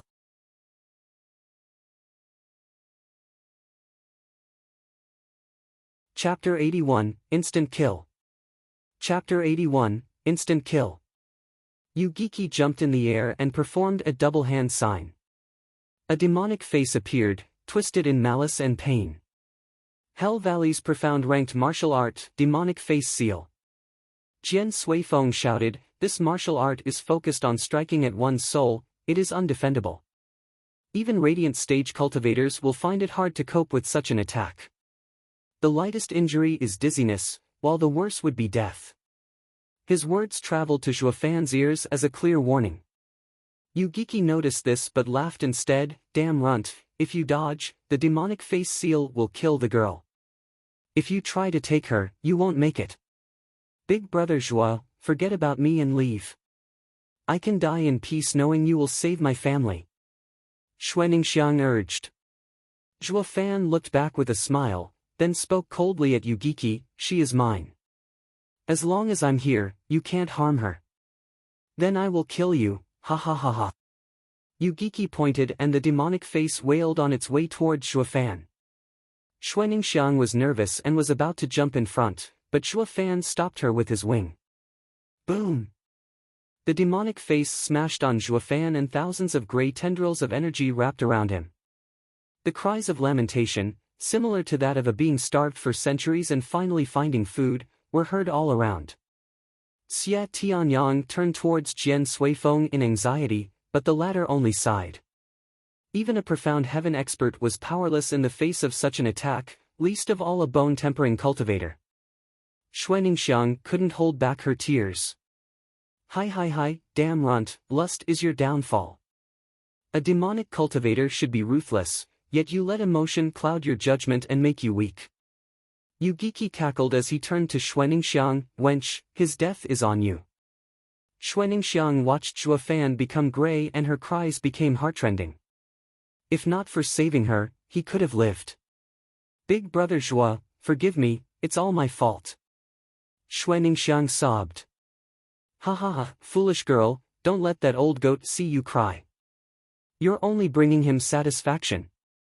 Suddenly, Zhuo Fan's voice came from within the ball of gray tendrils. The crowd was shocked. Wasn't Zhuo Fan reeked with pain inside there? How is he so calm? Yugiki cried in fear, this isn't possible. His soul should have been swallowed whole. Ha ha ha, you want to kill me with a parlor trick? Aren't you a tad bit naive, insidious demon?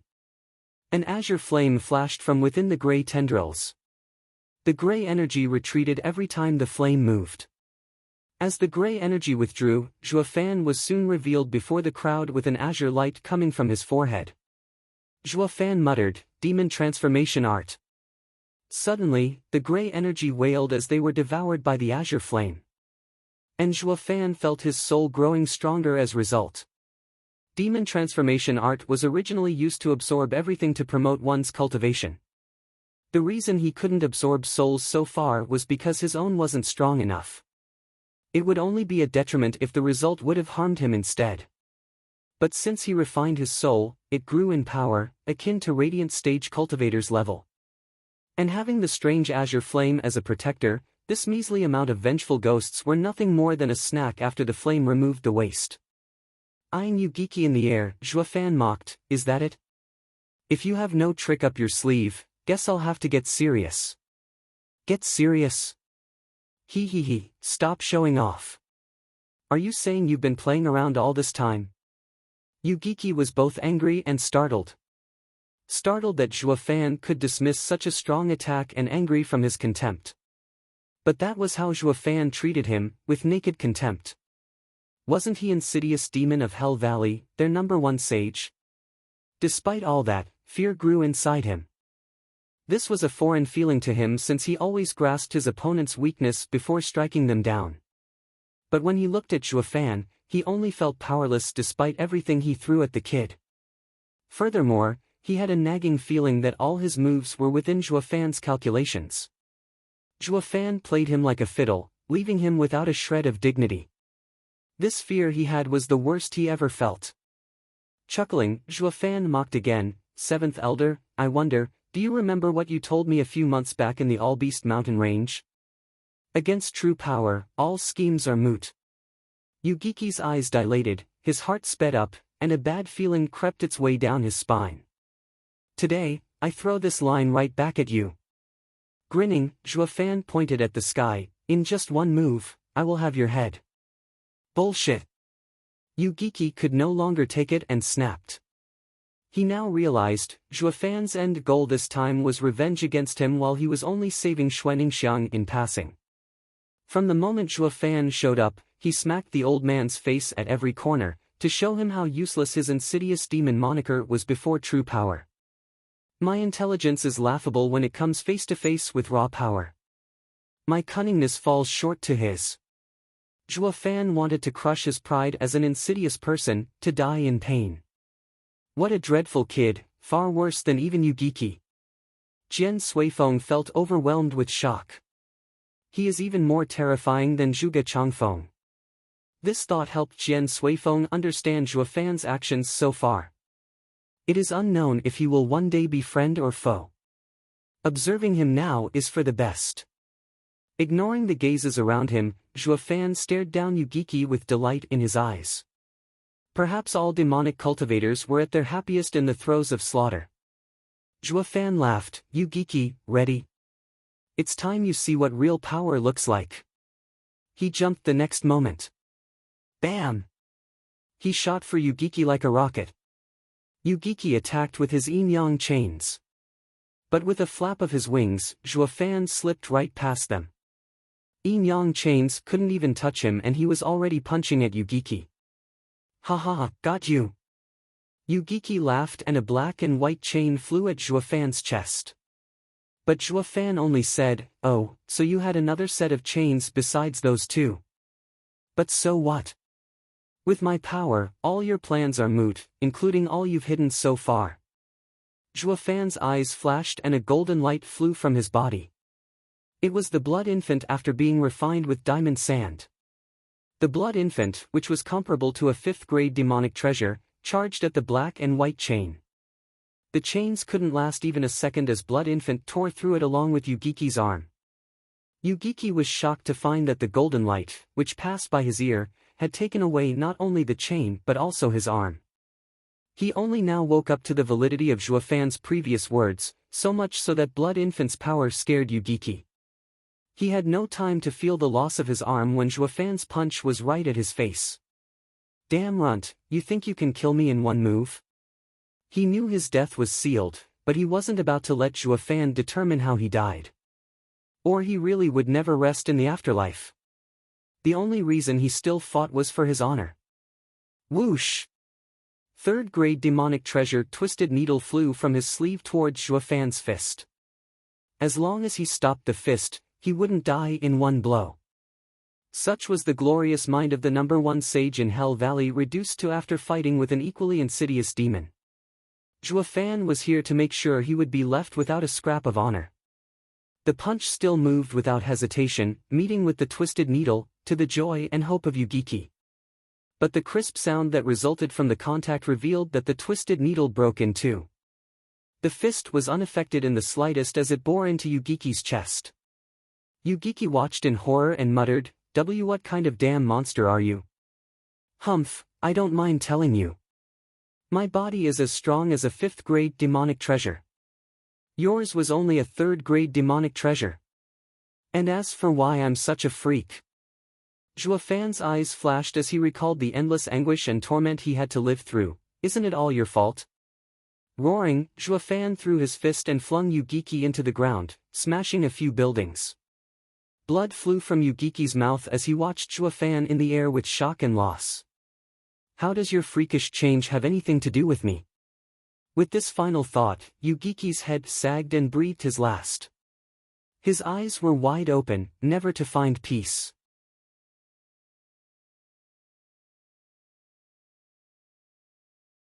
Chapter 82, Shocking Fame. Chapter 82, Shocking Fame. Zhuo Fan spread his wings among the clouds and hovered like a god towering above the ants. In his hand, he was clutching a still-beating heart which was dripping blood. But the owner of this heart had long met his end and was no more than a stiff corpse, never again able to find peace from the horrors he endured. The onlookers raised their heads in shock, but witnessing the majesty of Zhuo Fan, they even forgot to breathe. Fear was almost palpable among the Hell Valley's guards. In just a single blow, the notorious insidious demon, the #1 sage of Hell Valley, Yugiki died. Xie Tianyang was in denial of what he witnessed. Even Jian Suifeng was swept by fear as he gazed upon the youth hovering in the sky. A true monster. Jian Suifeng muttered. Zhuo Fan simply relaxed his grip and the heart dropped down to the ground with a splat. But this casual action seized everyone's hearts. As Zhuo Fan's cold stare roamed among the people, they lowered their heads in fear, horrified that the demon would set his gaze on them. Zhua Fan, however, only laughed. That guy must have run off to his house. He actually slipped away again. He suddenly swooped down, alarming the people into scattering. But he went by Xuaningxiang and held her. Xuaningxiang let out a short cry before being carried into the clouds. They both then disappeared in a lightning flash. In a clearing outside Blue Expanse City, lightning sparked, revealing Xuaningxiang and Zhua Fan landing. As he eased her onto the ground, she looked at him in puzzlement. Zhua Fan had a faint smile. I said that I will take you out of the city, and I have. Now, I have fulfilled my promise. Is this the outside world? Xuaningxiang darted her eyes around and breathed in, a smile playing on her lips. This is the first time I'm walking outside the city. I'm finally out. Xuaningxiang laughed and blushed. Thank you, big brother Zhua. It's nothing. We shook on it, didn't we? Zhua Fan said, Ninger, this might be the right time to say goodbye. You're leaving. Xuaningxiang jerked her head up, her eyes fixed on Zhua Fan. Where to? He sighed as he said, I don't know. There are still so many things I need to do. The most pressing matters were finding the Lightning Canyon, Heavenly Emperor's remnant, and searching for experts to strengthen the Luo clan. Despite having no clue where to start on any of them, he had to keep looking. Xuaningxiang saw his mind was set and spoke softly, Big brother Zhua, can I come with you? No. Zhua Fan denied, with your strength, you will be in too much danger. Xuaningxiang lowered her head in defeat. She knew she'd be just a burden to him if she went.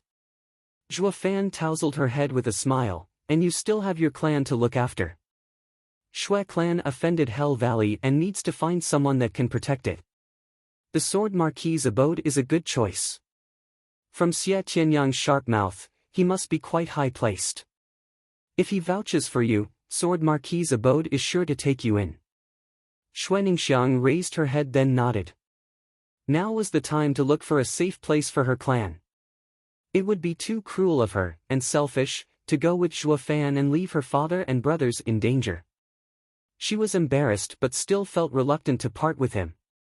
Ha ha ha, bye, little sister. Zhua Fan ruffled her head one last time and left with a smile.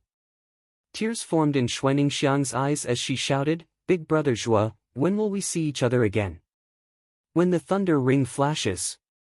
Zhua Fan waved as he walked away, the thunder ring on his and Xuaningxiang's fingers flashing. In another area, Jian Suifeng was looking down on Yugiki's corpse, the enemy who robbed him of his 3 fingers. He recalled Yugiki's wretched death and his mood livened. Oh, Yugiki, what a tragedy befell you, one of the great men of Tianyu Empire. Jian Suifeng found that the Hell Valley guards Zhua Fan routed were now scrambling away from this place, abandoning even their elder's body. Only a cold wind blew over the white hairs on Yugiki's body, which was lying there on the cold and hard rubble. His eyes were wide, despite losing their light. Xie Tianyang was still looking at the sky, in Zhua Fan's direction, but then spoke in a sour tone, Damn bastard, good for you killing Yugiki, but what are you playing at taking Ninger?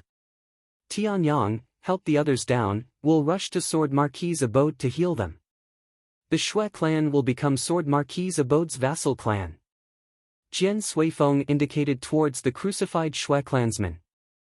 Xie Tianyang jumped and smiled, that's my intention. 8th Elder, who knew we thought alike? I was also going to save Ninger's clan. Humph, who is like-minded with a brat? Jian Suifeng snorted, you've seen what that little monster is capable of. Only time will tell how far his strength will reach.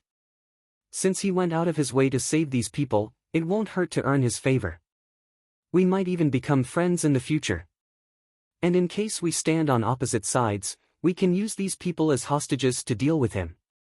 Xie Tianyang only smiled wryly at his elder's reasoning.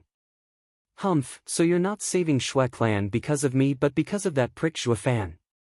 Just who is a Sword Marquis's abode's core disciple here anyway? If this gets out, my name will be dragged through the mud. Although secretly cursing, he still went to work. Since this was his aim all along, to help Xuaningxiang. Yet none was the wiser as half a mile out, Yu Ming was curled up in shivers. His fear of Zhuo Fan grew out of proportion, to such a scale that he might never overcome this heart demon. Bastard, this is the third time. What did I ever do to you? Everywhere I go, you come killing. Last time you killed 2 elders and this time you killed my master. Abomination. Yu Ming cursed Zhuo Fan to high heavens. But when Zhuo Fan's cold face resurfaced in his mind, shivers reeked his body. A month later, in the emperor's gardens of the imperial capital, 2 old men were playing chess beneath a pavilion. One of them was dressed in a golden gown and had white temples and cloudy eyes. He was the emperor of Tianyu Empire. The other elderly had a long beard, white hair, and exuded an imposing aura. Whenever a guard looked his way, their eyes were filled with respect. Among the melodious chirping of the garden birds, the chess pieces being moved made for a calming rhythm. Suddenly, a wail broke the blissful peace. Lord Father, something big just happened. A 200-kilo round ball of flesh rolled next to the emperor. He shook the very earth he stepped on and threw the chess match into a mess. Rubbing his forehead, the emperor smiled dejectedly at the other man, who only smiled understandingly. Songer, didn't I tell you to face all events with calm? And haven't you noticed that I am playing chess with Mr. Sima? Why yes, I know my wrongs. Yuan Song rushed a bow to the emperor and the elderly, then wiped the sweat from his forehead. Speak, what is the matter? The emperor held on to another chess piece, not minding his son. Yuan Song forced his excitement down and said in a grave tone, reporting to Lord Father, Hell Valley's 7th elder was killed a month ago. The chess piece in the emperor's hand clanked on the board and he looked at the frowning Mr.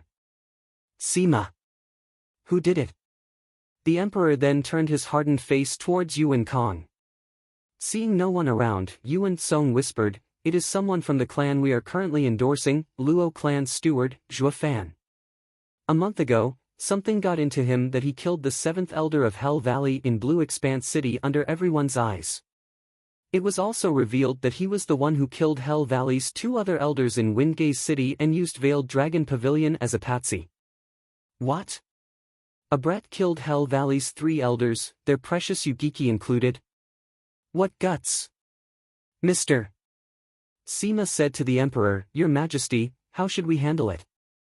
The emperor evoked a faint smile and kept playing chess. If it only involved the 7 houses, it would have posed a headache. But as matters stand, Yuan Shan won't have the cheek to complain to me. Don't let them snuff out the Luo clan. This pearl of mine is about to reveal its splendor, ha ha ha. Bam! The emperor slammed the chess piece with delight. Yuan Song looked long at the emperor then bowed and left. Prime Minister's residence in the imperial capital. Prime Minister Zhuge Changfeng laid on a rocking chair with half-closed eyes, swaying gently. Suddenly, a black shadow whispered in his ear. What? Zhuge Changfeng flashed his eyes open in shock, then sighed, the balance between the 7 houses is now askew. I will need to make ample preparations for the aftermath. And he resumed his previous state, gently swaying on the rocking chair.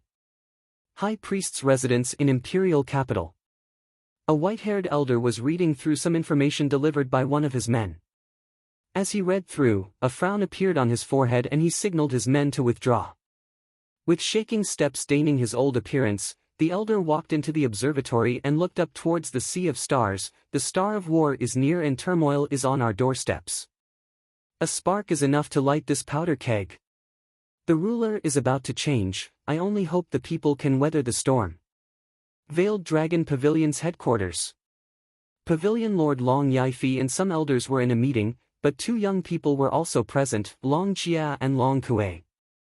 Because of their efforts and brilliant conduct, 7 days ago, Long Yaifi officially allowed them to participate in the Elder Council, pleasing the 2 to no end. Recently, Xiao Kuei and Xiao Jia have displayed impeccable conduct. I propose to send them to cultivate under the Grand Elder and learn the house's profound ranked martial art. Long Yaifi smiled looking at the 2 and spoke with pride. 3rd Elder commented with a hardened look, these 2 kids progressed well, however, they are only average by contrast with the other house's genius disciples. How? 3rd Elder, don't underestimate us. We are on the verge of breaking through to the bone-tempering stage. Long Kuo protested while Long Jia was in accord. Third elder is right. I heard rumors that Sword Marquis Abode Xie Tianyang became a bone-tempering expert 3 years prior. We are still far behind him.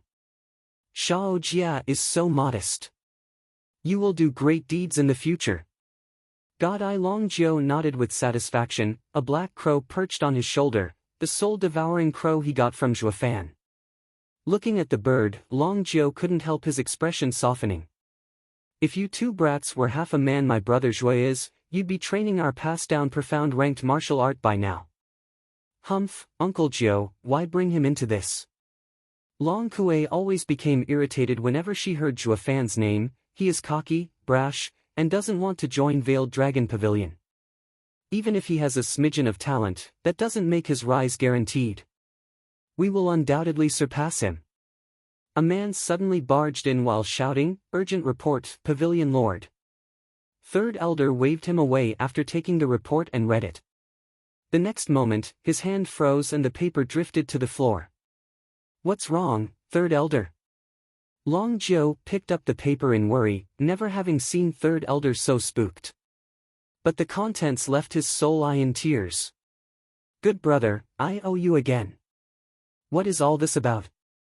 Long Yifi was inquisitive like the rest of the people present and took the paper. His brows shook and his voice betrayed his excitement. Hell Valley's Yugiki was killed by Zhuofan in Blue Expanse City. What? Everyone was dumbstruck. Who hadn't heard of Yugiki?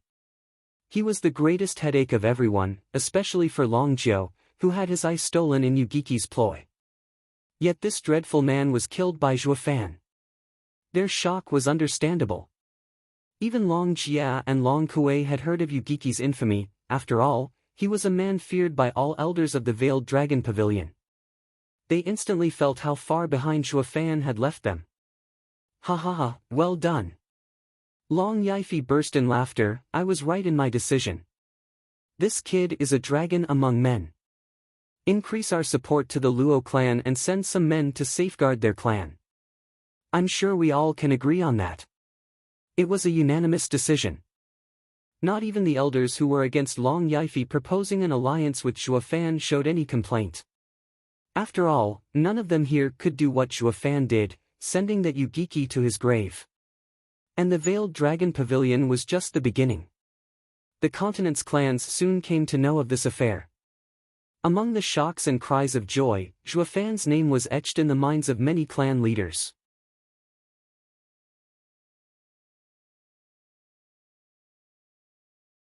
Chapter 83, Hell Kill Order. Chapter 83, Hell Kill Order. In a lone valley, sieged by mountains on 3 sides and a narrow trail on the 4th, the sun's warm glow barely reached this place throughout the year. Being shrouded in mist, this place was a cesspool of poisonous insects and rats. Yet this particularly strange environment led to the development of some of the rarest herbs the world had ever seen. To gather such ingredients, men braved many dangers through the valley, where the mortality rate was incredibly high and the ghosts of the fallen exacerbated the gloom. People came to call it Hell Valley. 1,000 years ago, a powerful group stumbled upon this odd place and established a foothold. They even set up a 5th-grade array to safeguard from the gruesomeness of this valley. This group was the Yu House, one of the 7 noble houses of Tianyu Empire. With time, people came to call this valley as the strongest house that could oppose the imperial family. Until now. In Hell Valley's meeting hall, Valley Lord Yuan Shan was in a poor mood as he sat on his throne. Out of the 12 total seats, 9 seats were occupied by elders. Each time he glanced at the empty seats, his eyes turned savage. Yu Ming. Yuan Shan bellowed, do you mean to say that 3 of Hell Valley's elders are dead because of a single kid? Kowtowing on the ground and shivering uncontrollably, Yu Ming replied, I wouldn't even think of lying to Valley Lord. Elder Jian, Elder Yun, as well as my master, 7th Elder, were indeed killed by Luo clan's steward, Zhuofan. Useless wench. Yuan Shan slapped the table, you knew he killed 2 elders before, so why didn't you report this sooner? Spare me, Valley Lord. It was my master who forbade me. Master found it too weird and ordered me to keep it to myself. He told me that he will find the opportunity to deal with Zhuofan. But before he could, Zhuofan broke into our city and... At this point, Yu Ming's voice was choked with sobs. The rest of the elders snorted. All demonic cultivators are cruel and cold, so why is this punk getting so worked up? Throwing such a show would make them despise him instead. The elders were all clear this wasn't his fault yet refrained from pardoning him. If they'd trade places, they would do the same. If not, they'd be accused of rash thinking and that would be used as an excuse by some others to remove them. Who would believe that a fresh bone-tempering kid could kill a profound heaven-seasoned expert if not for it happening before countless eyes? Valley Lord, Yu Ming might have erred, but he had no control over what happened. Our first priority is to deal with the aftermath. This was spoken by the first elder on the right as he stood up. Tianyu Empire's mighty clans have set their sights on us. If we let that kid go unpunished, what will the people think? We will become the laughingstock of the empire and our vassal clans will abandon us. Yu Wanshan frowned, his eyes filled with cruelty. Grand Elder is right. We cannot let that punk get away with this. Wasn't he some steward of Luo clan? We'll make the Luo clan answer for his transgression. Valley Lord, you mustn't. A deep and worried voice traveled from an old man with raven hair, seated on the opposite side of Grand Elder. Yu Wanshan snorted, Second Elder, what are you trying to say? Do you think it's alright for someone to kill our people, shame us, and then walk away? What will others think of Hell Valley? Valley Lord, I am not stopping you from settling this debt. Only. Second Elder muttered something before resuming, Valley Lord should remember the ban the Emperor enacted a year ago on the 7 houses which was against stepping foot in Windgaze City. If we breach it openly, it will give the Imperial family the excuse to strike. Second Elder makes a fair point. This is not the time to move in the open. And there are also reports that the Imperial family and Veiled Dragon Pavilion's experts are patrolling nearby Windgaze City. We will fall into their trap if we go. Grand Elder urged. Eyeing the two most respected elders, Yu Wanshan hesitated for a while before spatting through gritted teeth, we can't do this, we can't do that. What else can we actually do? Even the elders turned silent. Yu Wanshan sighed, this wouldn't have been such a headache if the 7th elder was here. Blasted punk, he managed to rob me of my wisest advisor. When I get my hands on you, I will skin you alive. Seeing them all pensive, the kneeling Yu Ming darted his eyes left and right before making a tentative remark, Valley Lord, may disciple be so bold as to convey a solution? Humph, the elders' meeting is not something you can join. Get the hell out. Yu Wanshan barked without even looking at Yu Ming. But Grand Elder's gesture detained him, Valley Lord, the kid can be considered as 7th Elder's successor. Why not give him a chance? Yu Wanshan conceded when he heard the Grand Elder's reason. Yu Ming's heart burst with joy as he rushed to explain, Valley Lord, this disciple's humble opinion is to ignore the Luo clan. From my observation, Luo clan is relying on Zhuofan. With him around, even if we remove the Luo clan, it will only make it worse for us. But if Zhuofan is out of the picture, then the Luo clan will fall from grace. They will have no hope of replacing us, Hell Valley. Yu Wanshan's eyes flickered, go on. Yes. His mouth twisted in a smile, Yu Ming said, we cannot approach Windgaze City, but Zhuofan is nowhere near it either. We just need to focus all our efforts in dealing with him. And how will we find him? Yu Wanshan questioned. Issue the Hell Kill order and have the Empire corner him. Yu Ming revealed his savage side, we will then know where he is going, and before he returns to Windgaze City, we can just ambush him. Yu Wanshan cackled, good, that's what we'll do. Men! He then shouted orders, in my name as Hell Valley's leader, I declare the Hell Kill order on Zhuofan.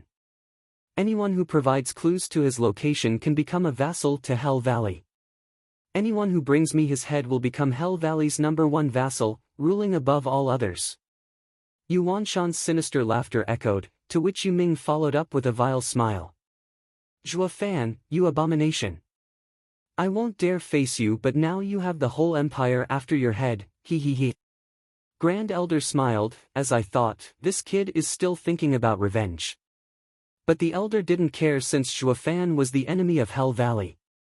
Grand Elder stated, Valley Lord, even if we declare Hell Kill Order on Zhuofan, since he killed 7th Elder, the weak clans won't be his match. I think we will have to act if we want to end him after all. Then all elders move out, kill that bastard. Wait. Grand Elder gestured, he killed 7th Elder, elders below 7th won't be of any help. From Minger's retelling of him, he must be a body-refining demonic cultivator. The only ones who can stand up to him are the first 5 elders. Furthermore, he turned to a red-haired elder, 5th Elder, you refined your body with the scorching demon flame. Your unbreakable body is the perfect match for that kid. Don't look at me. Yet the man in question shook his hands again and again while smirking, I am about to join Drifting Flowers Edifice's 100-pill meeting. I don't have the time to run around after some snot-nosed brat. Humph, what's so great being invited by women to a meeting to discuss about pills? Is going there more important than taking revenge for the house? Yuan Shan snapped. Grand Elder lightened the atmosphere with a smile, Valley Lord, the Drifting Flowers Edifice may be made up of women, but they are still one of the 7 houses. Establishing a close relationship will only work in our favor. They extended an invitation to 5th Elder since they took an interest in his fire attribute cultivation method, in hope of refining new pills. Humph, how did a bunch of skanks climb up to our position? One day I will personally go and take over their domain.